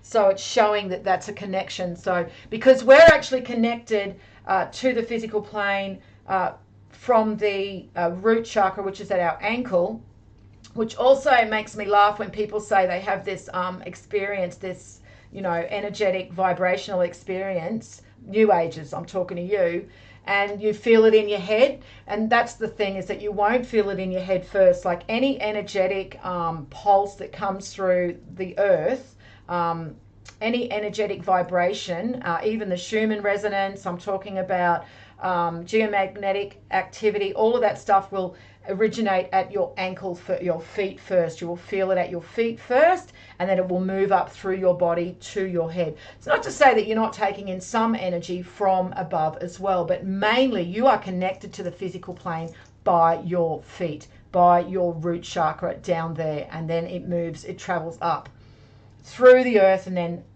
up through your body. So now that we've gone into that, have you kind of guys realized that they're using the symbolism of the lion as your carnal urges that you have to overcome? And if you look at the tarot, the major arcana in the tarot, and I do have a Pinterest folder with all the major arcana in there, so you can study that. So the Rider-Waite major arcana is the symbolism I like the best. It's the most accurate. A lot of people have remade the tarot, especially in these times. It seems everybody wants to do another version of the tarot, and literally every one of them are incorrect, because they think that they can just change the symbolism into something that they like or that looks aesthetically pleasing, and they don't realize they're bastardizing the symbolism. The symbolism on the tarot is esoteric symbolism. It must stay the way that it has been created, because it's telling you information. Once you start bastardizing that and changing it around and making it look a bit prettier, you've destroyed the whole reason for the tarot's existence, which is symbolism. It's not fortune telling. I'm sorry, that's just the way they occulted the knowledge, was to pretend that it was a fortune telling tool, and it's not really. It's all about symbolism. So the symbol on the card number 8, and they really did screw with the card number 8 symbolism. The Crowley organization tried to change it around, and they tried to change it, I think, with number 11, if I am correct, Lisa Marie. Was that right? Was it strength and justice they tried to change around? I'm pretty sure it was. But no, it's wrong. That's incorrect. Number 8 is strength, and it's related to the lion, and you can see that the lady, or the soul, let's just say the soul, is pushing the jaws closed, right? Not attacking, not slaying, but just gently overcoming the lion by pushing the jaws closed. So literally symbolizing that that's how we overcome our carnal urges. We can't just oppress ourselves, remove it from ourselves, because then we have that urge of, we know it's there. It's like everything in moderation. Okay, I know alcoholics can't say that, because if you even have one more drink, then you can easily spiral. So, okay, that's where you do have to shut it away and try and fill that void with something else that enriches you. But for the most part, it's best everything in moderation, rather than just cutting it off and not allowing yourself, depriving yourself of it completely, because it'll always be in the back of your head. It's kind of never gone. It's just in there at the back of your head all the time. You kind of want to remove that altogether. So that's literally what it's saying. It's saying that lucky is the lion that the human will eat. So you've overcome your carnal urges. You control the lion. Okay, the lion is under your control, not the other way. And so that the lion becomes human, and foul is the human that the lion will eat. So those that allow their carnal urges to fully control them are really just train wrecks. And you can see that. I mean, these people think they are happy, But you can see that these people are miserable. And the type of people that allow themselves to fully indulge in their carnal urges really have to surround themselves a lot of the time with other people that are indulging themselves in their carnal urges too, because then they justify each other's behaviors. They prop each other up, you know. That's why when you are a seeker of this knowledge, it's symbolized by the Hermit card as well, because you come into yourself and you are your own ruler. Okay, and you don't need other people. And even now, I mean, it can be a lonely path, but I can promise you, once you have fully embraced and possessed this knowledge to the level that you should, that lessens a lot. Okay, that really does lessen a lot, that feeling of loneliness. I can promise you that. You know, sure, it'd be great if you could have really engaging and in-depth discussions with people in real life. Would be great that I could go and meet up with somebody and have a coffee and discuss this. Oh, I would love that. But that doesn't really factor much into my experience in these times. It would be great, but it's not something that I have to focus on and makes me miserable or anything like that. I would say at the beginning of my journey that it was much more important for me to surround myself with people and to, gain that kind of, wanting people to like me, wanting people to be my friend, and, wanting their, what do you call it? Wanting their approval and that. It doesn't really factor in as much as it used to. I suppose that comes with age as well, and wisdom, and just the whole thing. You kind of start to become more comfortable within your own skin. And you will get there. So, yeah, if you are feeling a little bit lost and lonely, just know that it lessens. It does lessen. The more that you embrace this knowledge, the more that you live this knowledge, the more that you understand it, the less lonely you feel, okay? And you really do fully embrace the path of the hermit. In fact, when you are around a lot of people, it's quite uncomfortable, and you do look forward to going back to your little cave, your little bubble, and just, immersing yourself once again in reality, because what we're talking about now is truth and reality, and out there is falsehood, okay? And it's fake. And it's just a created matrix that they've created, a system, a false system that they have created to entrap human souls and human minds. So, yeah, so that one wasn't too hard. See, when you start to understand the knowledge and you start to understand the language of symbolism, it's not really that hard when you start looking into these parables. They kind of start to make sense. So it's just about not allowing your carnal urges to control you, that you control them. Okay? Right. Moving right along. Number 8. And he said, the person is like a wise fisherman who cast his net into the sea and drew it up from the sea full of little fish. Among them, the wise fisherman discovered a fine large fish. He threw all the little fish back into the sea and easily chose the large fish. Anyone here with 2 good ears had better listen. Again, this is not really difficult. When you understand that in these times, everything that looks really impressive, okay, is what we think has merit, okay, what we think is good. So this is how the Catholic Church fooled a lot of these modern Christians, and still do.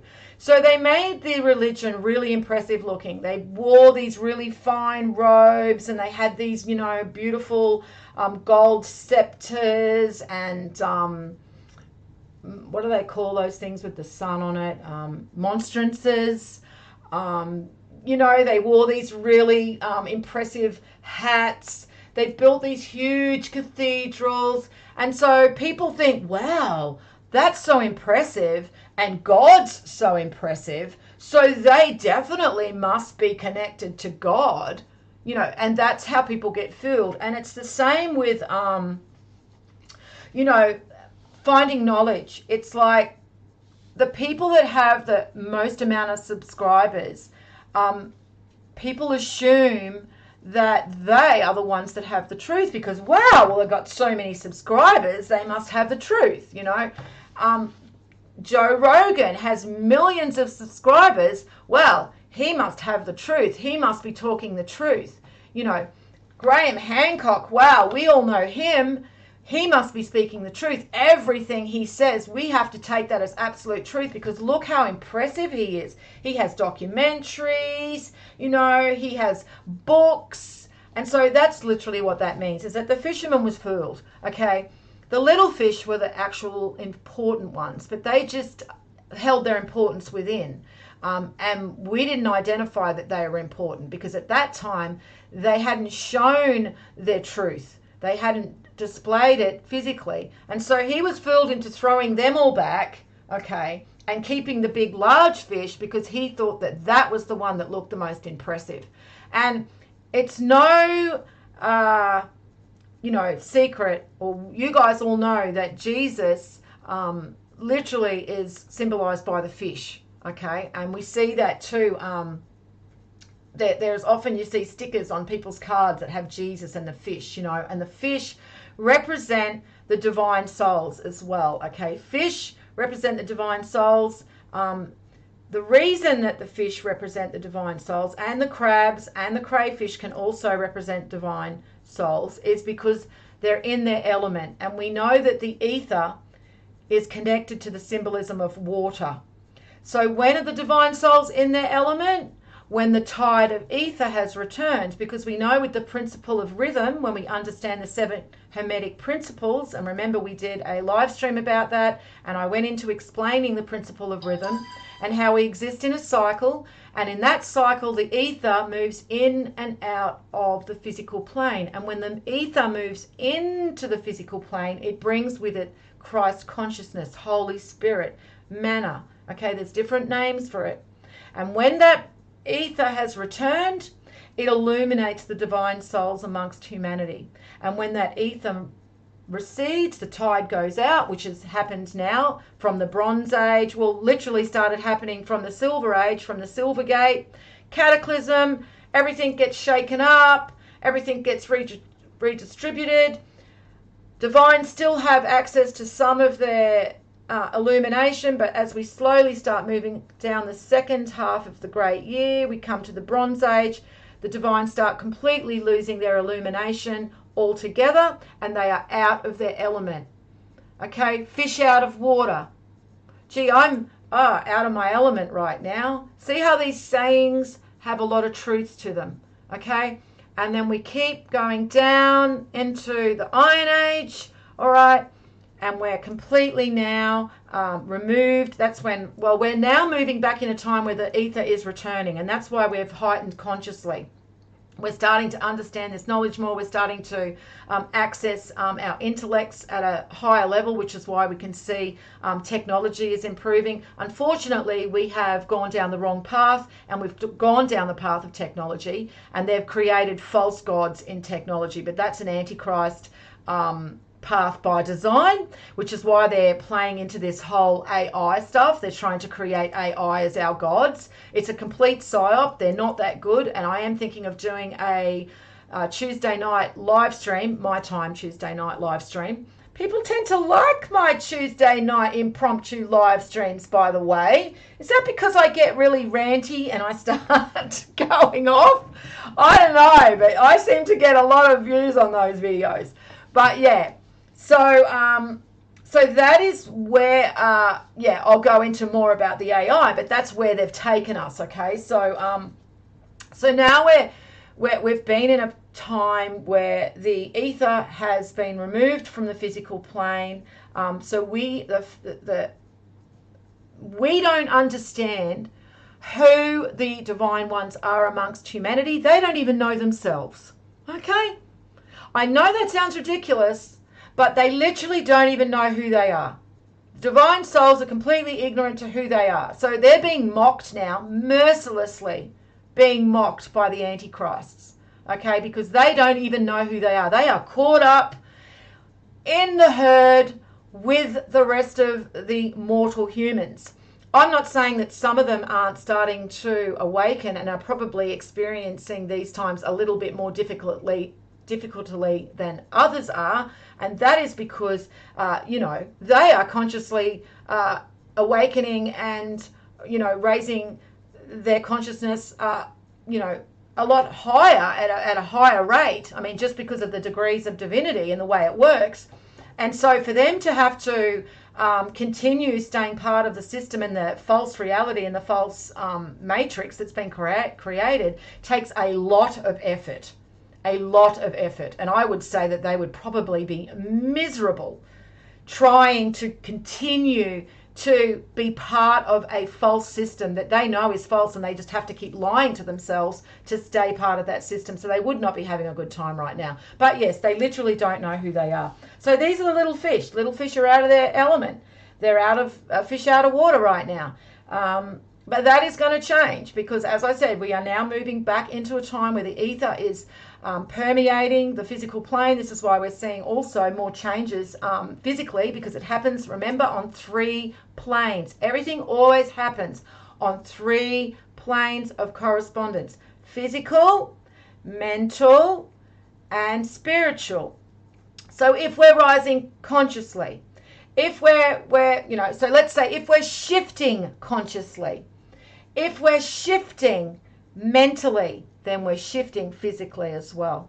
And so that is what's happening now when we see these earth changes, okay, which was literally what woke me up, was the earth changes were just, it wasn't adding up. What they were trying to explain, as being man-made, it just didn't make sense. It didn't add up. And then when you go and look at all the prophecies, they literally, from all the different cultures, every different culture around the world, every single one, there's not one culture that doesn't have a prophecy that talks about a time where there are going to be great upheavals and changes within the environment, namely the weather patterns, earthquakes, and volcanic activity. Okay, so this is where we're at now. The ether's moving back in. We're seeing this physically, we're seeing this mentally, we're seeing this spiritually. Unfortunately, a lot of people who are spiritually and mentally raising consciously are being drawn down the wrong path of the New Age, or drawn down the path of false religions, and they're not actually finding the courage within themselves to go and seek out the correct knowledge, because they do have a potential to understand this knowledge to the level that they should, so they know the truth about who they are, and then they don't have a fear of death. And without a fear of death, the antichrists who are in control of our world right now, all of these evil men and women, they do not have power over you when they do not have that fear of death that they can hang over your head. Okay, it's a fear of death that creates this this power control that they have over us. Okay, this power over us. So remove the fear of death. Understand that you're a soul, that you can attain immortality if you align yourself with the correct path. And that path is in front of you. It's there. Whether you choose it or not is up to you. You have an intellect that can decide, and free will that can decide what path you take. But everyone has that path there. It is there in front of you. It's up to you whether you decide to take it or not. So yeah, so that's what number 8 is about. Just the fisherman was fooled. He was fooled because he looked at external appearances. He didn't test the spirits. And that's another thing too that people have to do in these times. And I always say this, guys, we need to test the spirits of everybody that's giving out this information. Anybody that's giving you this information that has a donate button have failed the test. Now, I'm not saying that they may not have some good information and some good truth and some, knowledge that could benefit you. What I'm saying is, in these times when there's so much deceit, so much white noise, so much infiltration into this subject matter, you need to raise the bar as high as you can. And that bar should be that anybody who has any hint of an agenda other than just relaying this knowledge, you need to have a red flag about it. It's just the way it is in these times. And so I often have people that say, oh, you should go and watch this channel. Or have you read this book? Have you gone and listened to this guy? Whenever I do and I see the donate button or he's written a book and he's selling his books, that's a red flag for me, guys. So don't even bother giving me their name, because unless they're just purely putting out this knowledge and this information because they're a researcher and they've studied this knowledge and they're just interested in sharing it with others, because really you do have a responsibility to share this knowledge when you do understand it, and if you want to align yourself with divine law, you've got a responsibility when you understand divine law to help others understand divine law too. Okay, so people should be revealing this knowledge to other people. Not everybody has to have a YouTube channel. I'm not saying that, but I'm saying if there are opportunities that arise, and they will arise, you will be given opportunities. It's the way that universal design works. And you see that you can say something that would help someone clarify something, you should say it. Even if it's going to bring you into conflict, I'm not saying pearls before swine. Sometimes it's not even worth it, okay? But, normally with social media, use it to your benefit, okay? Engage in discussion with modern Christians and New Agers and relay the truth. Because even though the people that are arguing with you, you will never actually turn them from their false path. If they're arguing and they're going to double down, okay, a lot of modern Christians who argue with me, atheists argue with me, New Agers, it's not them who I'm trying to help. It's the people reading the conversation that we're having. The ones that are already doubting, okay, the ones who aren't commenting. They're the ones that may actually go and look at what you're saying and go and look into it a little bit further. All right, now I'm going to make this the last one, number 9, and then I think we'll finish it up for the day, since we don't have a live stream little loop we're looking at. We're getting a bit bored with that one now. Let's look for another one. Oh, that's a good one. Yeah, that's a good one. I like that one. It's a bit Christian-y, I know. It's a little bit, in your face, and a lot of people do not like the whole thought of accountability. But you know what? That's part of the truth, guys. Accountability of our souls is part of the truth. Whether we like it or not, we are going to be accountable for our actions. And so, though this is just symbolic and it's not going to actually play out that way, it is literally symbolizing a time in the cycle before we go into the great new year where we are going to be held accountable. The wheat and the tares are going to be sorted. Okay, the heart is going to be weighed, and many are going to be found wanting. Right, Jesus said, look, the sower went out, took a handful of seeds and scattered them. Some fell on the road and the birds came and gathered them. Others fell on rock and they didn't take root in the soil and didn't produce heads of grain. Others fell on thorns and they choked the seeds and the worms ate them. And others fell on good soil and it produced a good crop. It yielded 60 per measure and 120 per measure. Right, so I don't really pay attention much to the numerology when it says it yielded 60 per measure and 120 per measure, because sometimes they can relate to multiple things.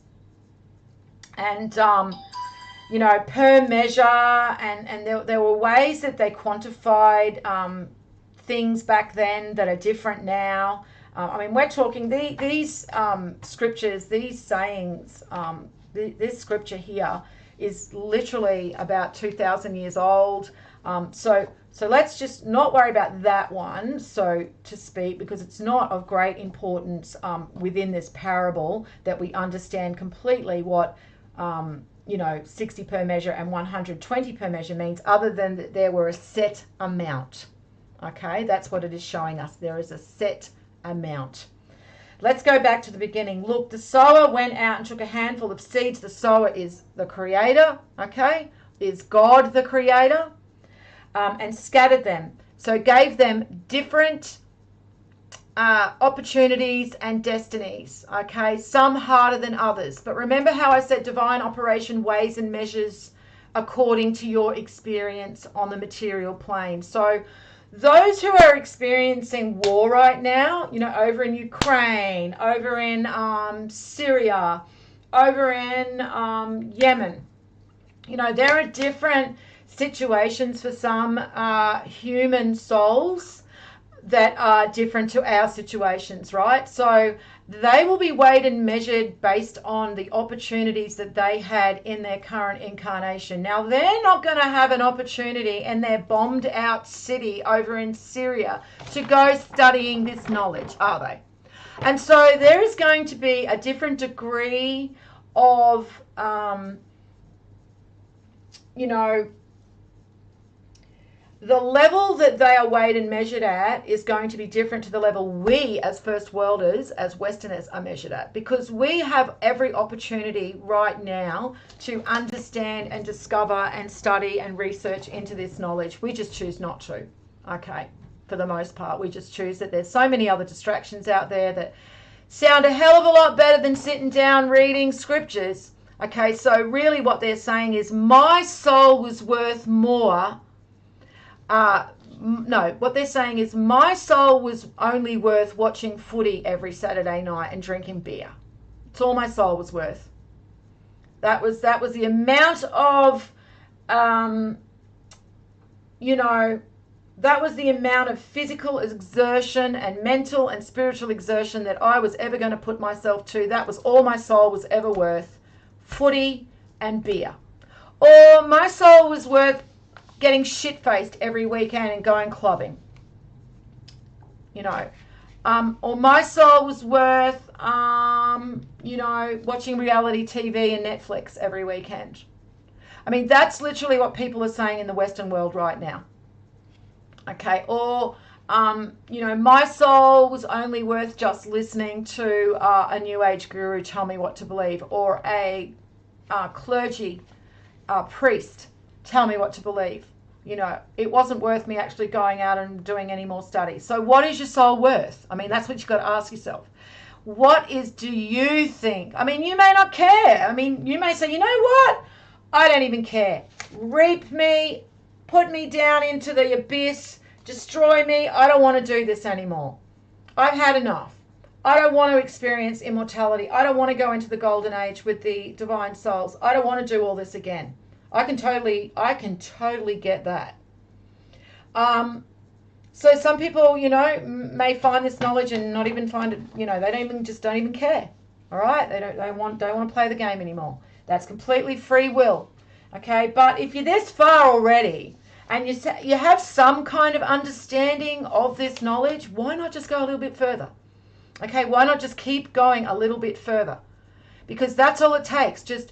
Just committing yourself to having an understanding for this knowledge. And as I've said, when you do this and are motivated by a pure heart, the universe conspires to help you find knowledge. It really does.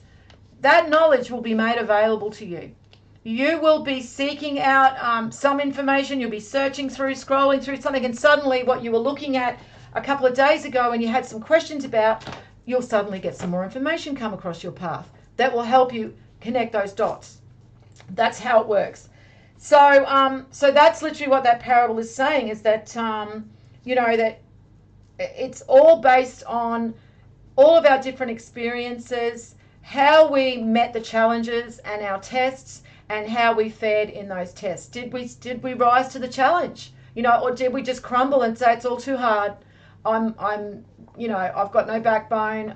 I just can't be bothered. It's all too hard. I'm just going to drink myself into oblivion, or I'm going to, you know, do drugs and just numb out everything, and I don't want to face the world anymore. You know, it's pretty much all up to us, and we've all been, you know, purposely given these different incarnations and in different experiences in our incarnations, and our last experiences will also reflect on our current incarnation and experiences here too. So that's very much a part of it too.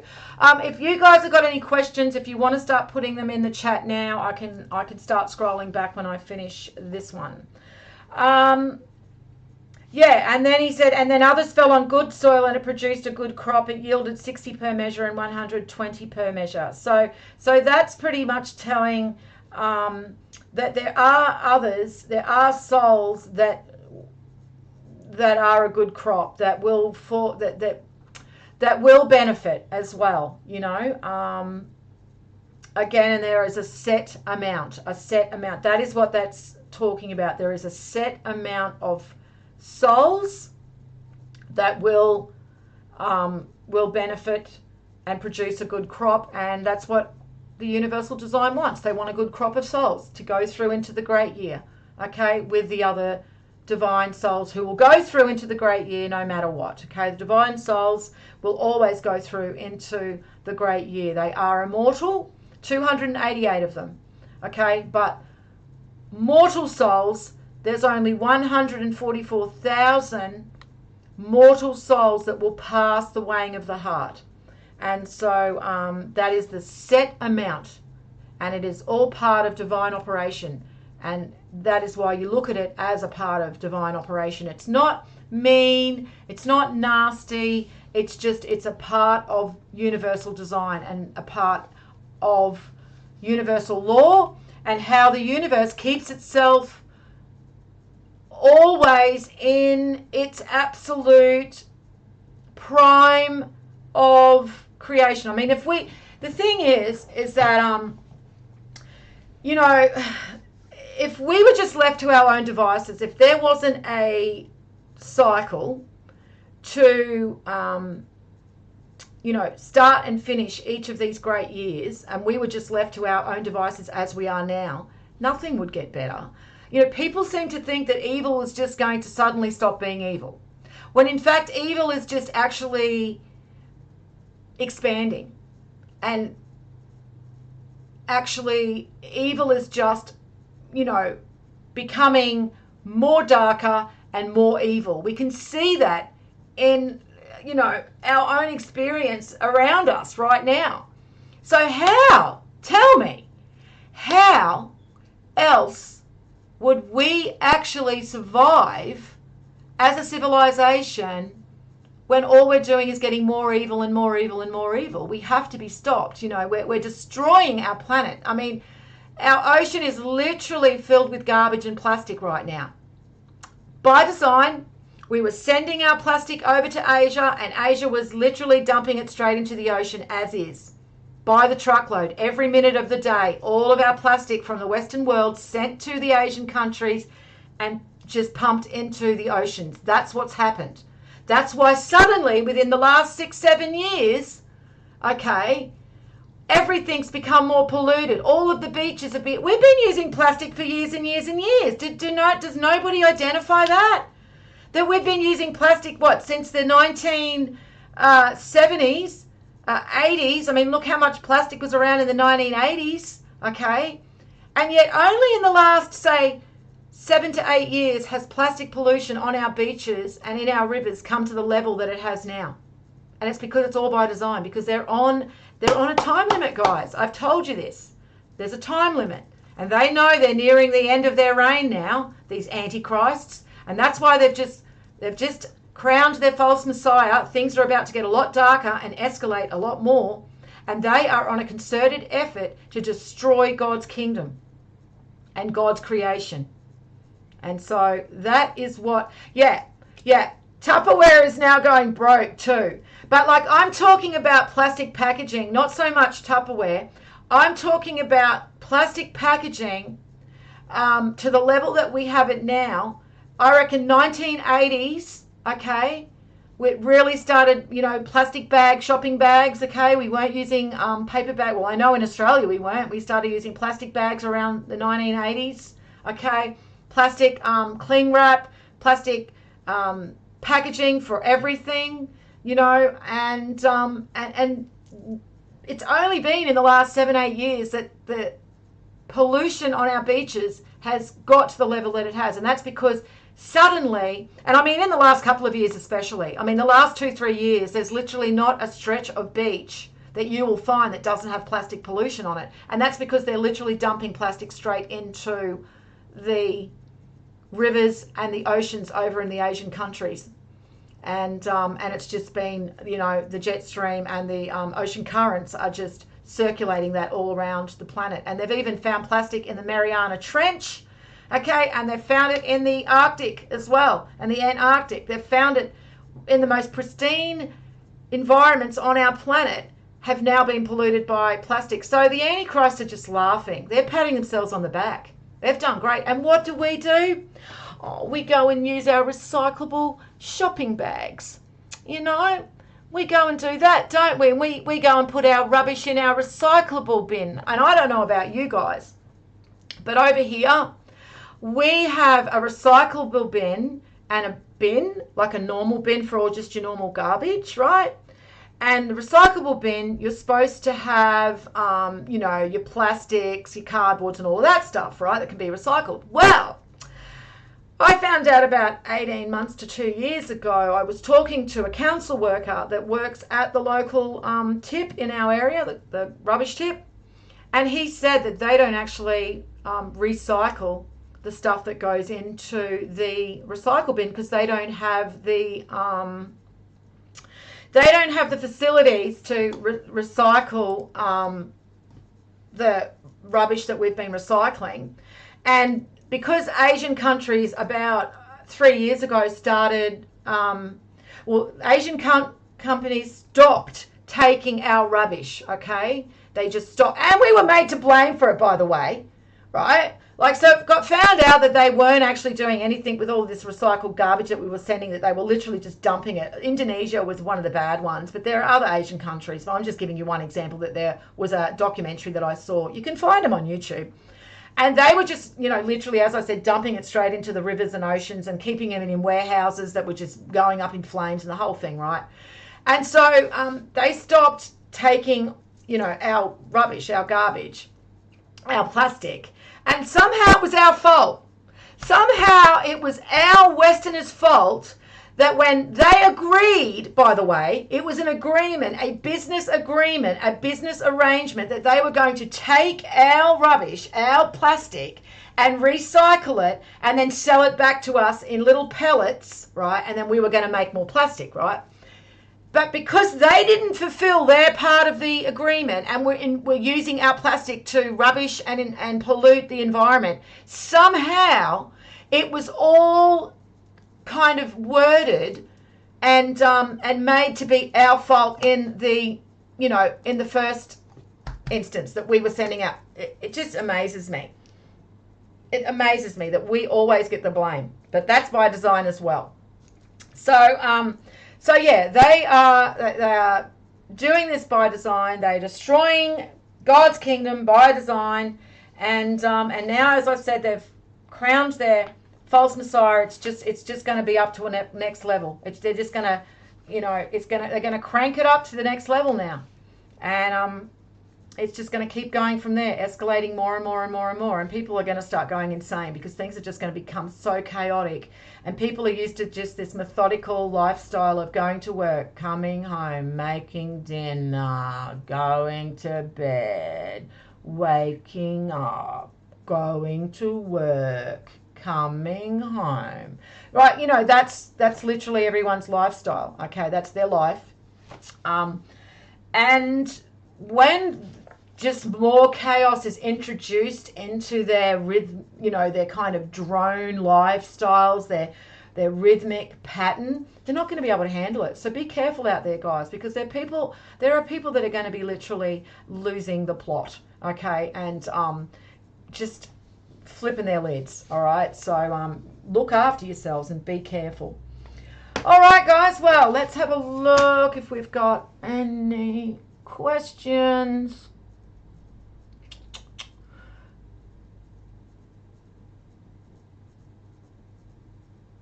Yep.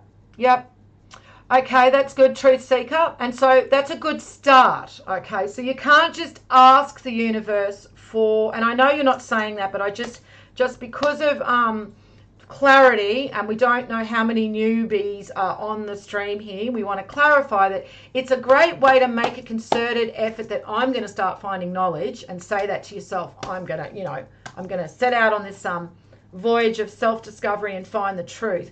But it can't just be, now universe, give me knowledge. Because that's what people expect. It's like, okay, I'm here, hand it to me. No, you have to actually go out and seek out the knowledge for yourself, and then the universe will aid you in that journey, aid you in seeking out that knowledge. But you have to make the concerted effort to go and look for that knowledge. And sometimes you'll take a false path, okay? Sometimes you'll get it wrong, and you'll go down that path, and it's a false path, you know, and it's disinformation. But because if you have the core understanding of the main truths, and that's why the principles of the universe, the Hermetic principles of the universe, are very important to give you that core understanding. Then you can identify it before you continually suck that bullshit up for a long period of time, and you can say, all right, yeah, that's crap. I'm not going to listen to that guy anymore, and I'm not going to go down looking at that text anymore, because a lot of these texts that were written, anything from, say, the 1930s onwards, you really need to be careful with, because there was a lot of poisoning of the well.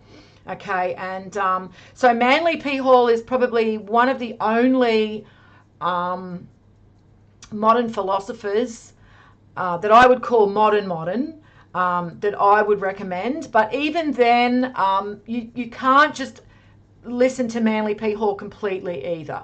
All right, you still have to go out and seek your own understanding of the ancient texts. All right, and yep, that's right, Edna. You're right. Yeah, everything used to be... Remember when we used to have a bin and it was like one little tiny garbage bin, like a little silver, like the old style, that Oscar the Grouch used to live in, right? That's all. Every household would have one of those bins, okay? Now, like the bin that we have is one of those, we call them wheelie bins here, and it's one of those huge big bins with a big flip lid. And I've got two of them, okay? One for recycle and one for normal rubbish. So we can just see in our own activity how, we are changing the way that we deal with the amount of pollution that we have on the planet. So yeah, I mean, it's there. I mean, if we were all still using paper bags, and paper bags can be recycled and recycled and recycled and recycled. Plastic only has a limited rate. People think that plastic can be cycled forever. It can't. Some plastics can only be recycled 2 or 3 times. Most plastics, the PET plastics, can only be recycled up to 7 to 8 times before you can't recycle them anymore. So what the hell do you do with them? Okay? Yeah. Oh, really? You've got a third one on the Gold Coast now. Wow, that's unreal. 3 bins. It is. It's crazy. And I've even heard that they come along and they look in your bin to make sure that you're putting the right amount of rubbish in your bin. So it's just ridiculous. Yes, yeah.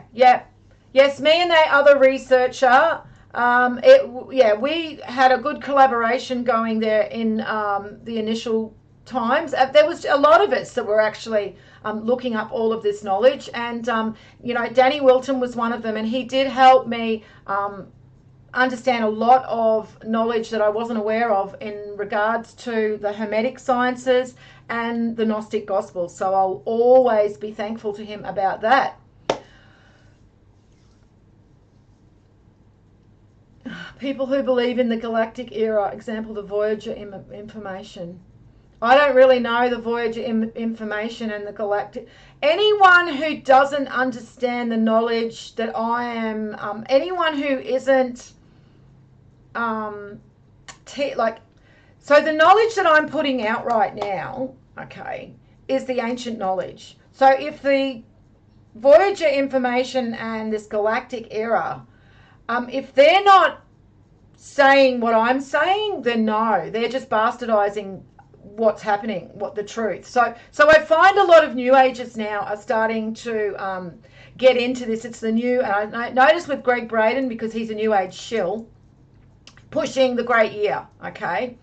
But they're pushing, they're corrupting and bastardizing the Great Year, the Hindu Kali, the Yugas, so So the yuga cycles of the Hindus, they're using that to base their galactic era and their, what's a fifth 5D ascension, 5D coming ascension, blah, blah, blah. They're using the Hindu text to bastardize that knowledge. One, they get the timing wrong of the Hindu texts. Two, they completely leave out Kalki, the destroyer of filth, coming to clean up the filth and destroying all of the, the souls that are corrupted. And then they leave out the whole weighing of the heart, last judgment, Ragnarok, any negative stuff gets left out. And then they have this bullshit that it's just like, and we just gradually go into the golden age and everybody just gradually becomes, enlightened and evil just goes away by itself. So that's all bullshit too. So evil needs to be removed, actively removed from the physical plane, and will be. And those corrupted souls will be removed as well, because they are literally evil. Even if they don't think they're evil, anybody aligning themselves to this system and living within this system, the ones that always follow the law, they always do the speed limit. You hit the speed limit and it changes and goes a bit lower, and straight away, they're going that new speed limit. They dare not go 1 kilometre over or 1 mile over the speed limit, because that's illegal. Those people who think they're so good because they're always following the law, they are some of the most evil people around, and they're not going to make the weighing of the heart, because they are aligning themselves with this false system, which is an evil system and corrupted system. So I don't know if that's who you're talking about, but this whole galactic thing, so the galactic cycle, the galactic year, can also be seen as the great year cycle. So that could be what you talk about. I'm not really sure what that is, because I haven't actually seen that one. So you'll need to provide me with some more information.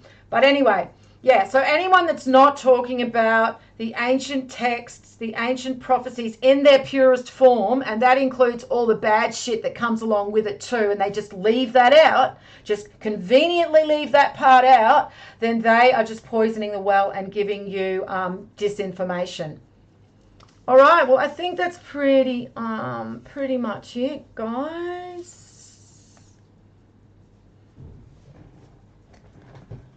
Yeah, I'm not surprised. I'm not surprised. I've heard of people who have been fined for collecting rainwater.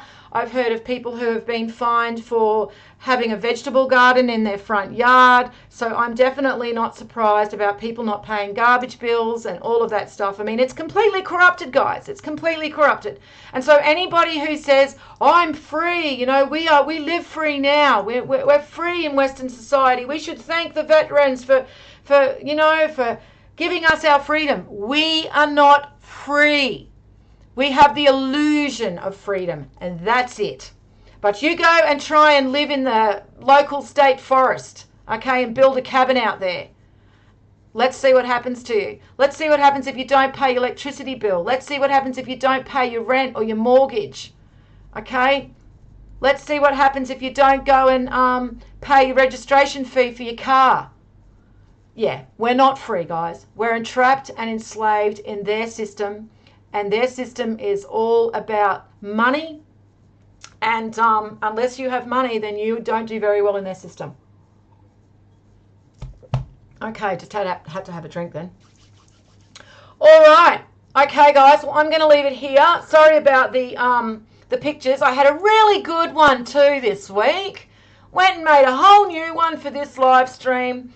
And, so I don't know what happened there. I'll have to check that out. Something went wrong. Have to get one of my techie sons to come and see what their mother has done wrong with this, with these photos, because I have no clue what went wrong there. All right, well, I'll leave it here, guys. We're up to number 9 now. Let me circle that. Number 9. So, no, we're up to number 10. So, next week, we will keep going. Number 10.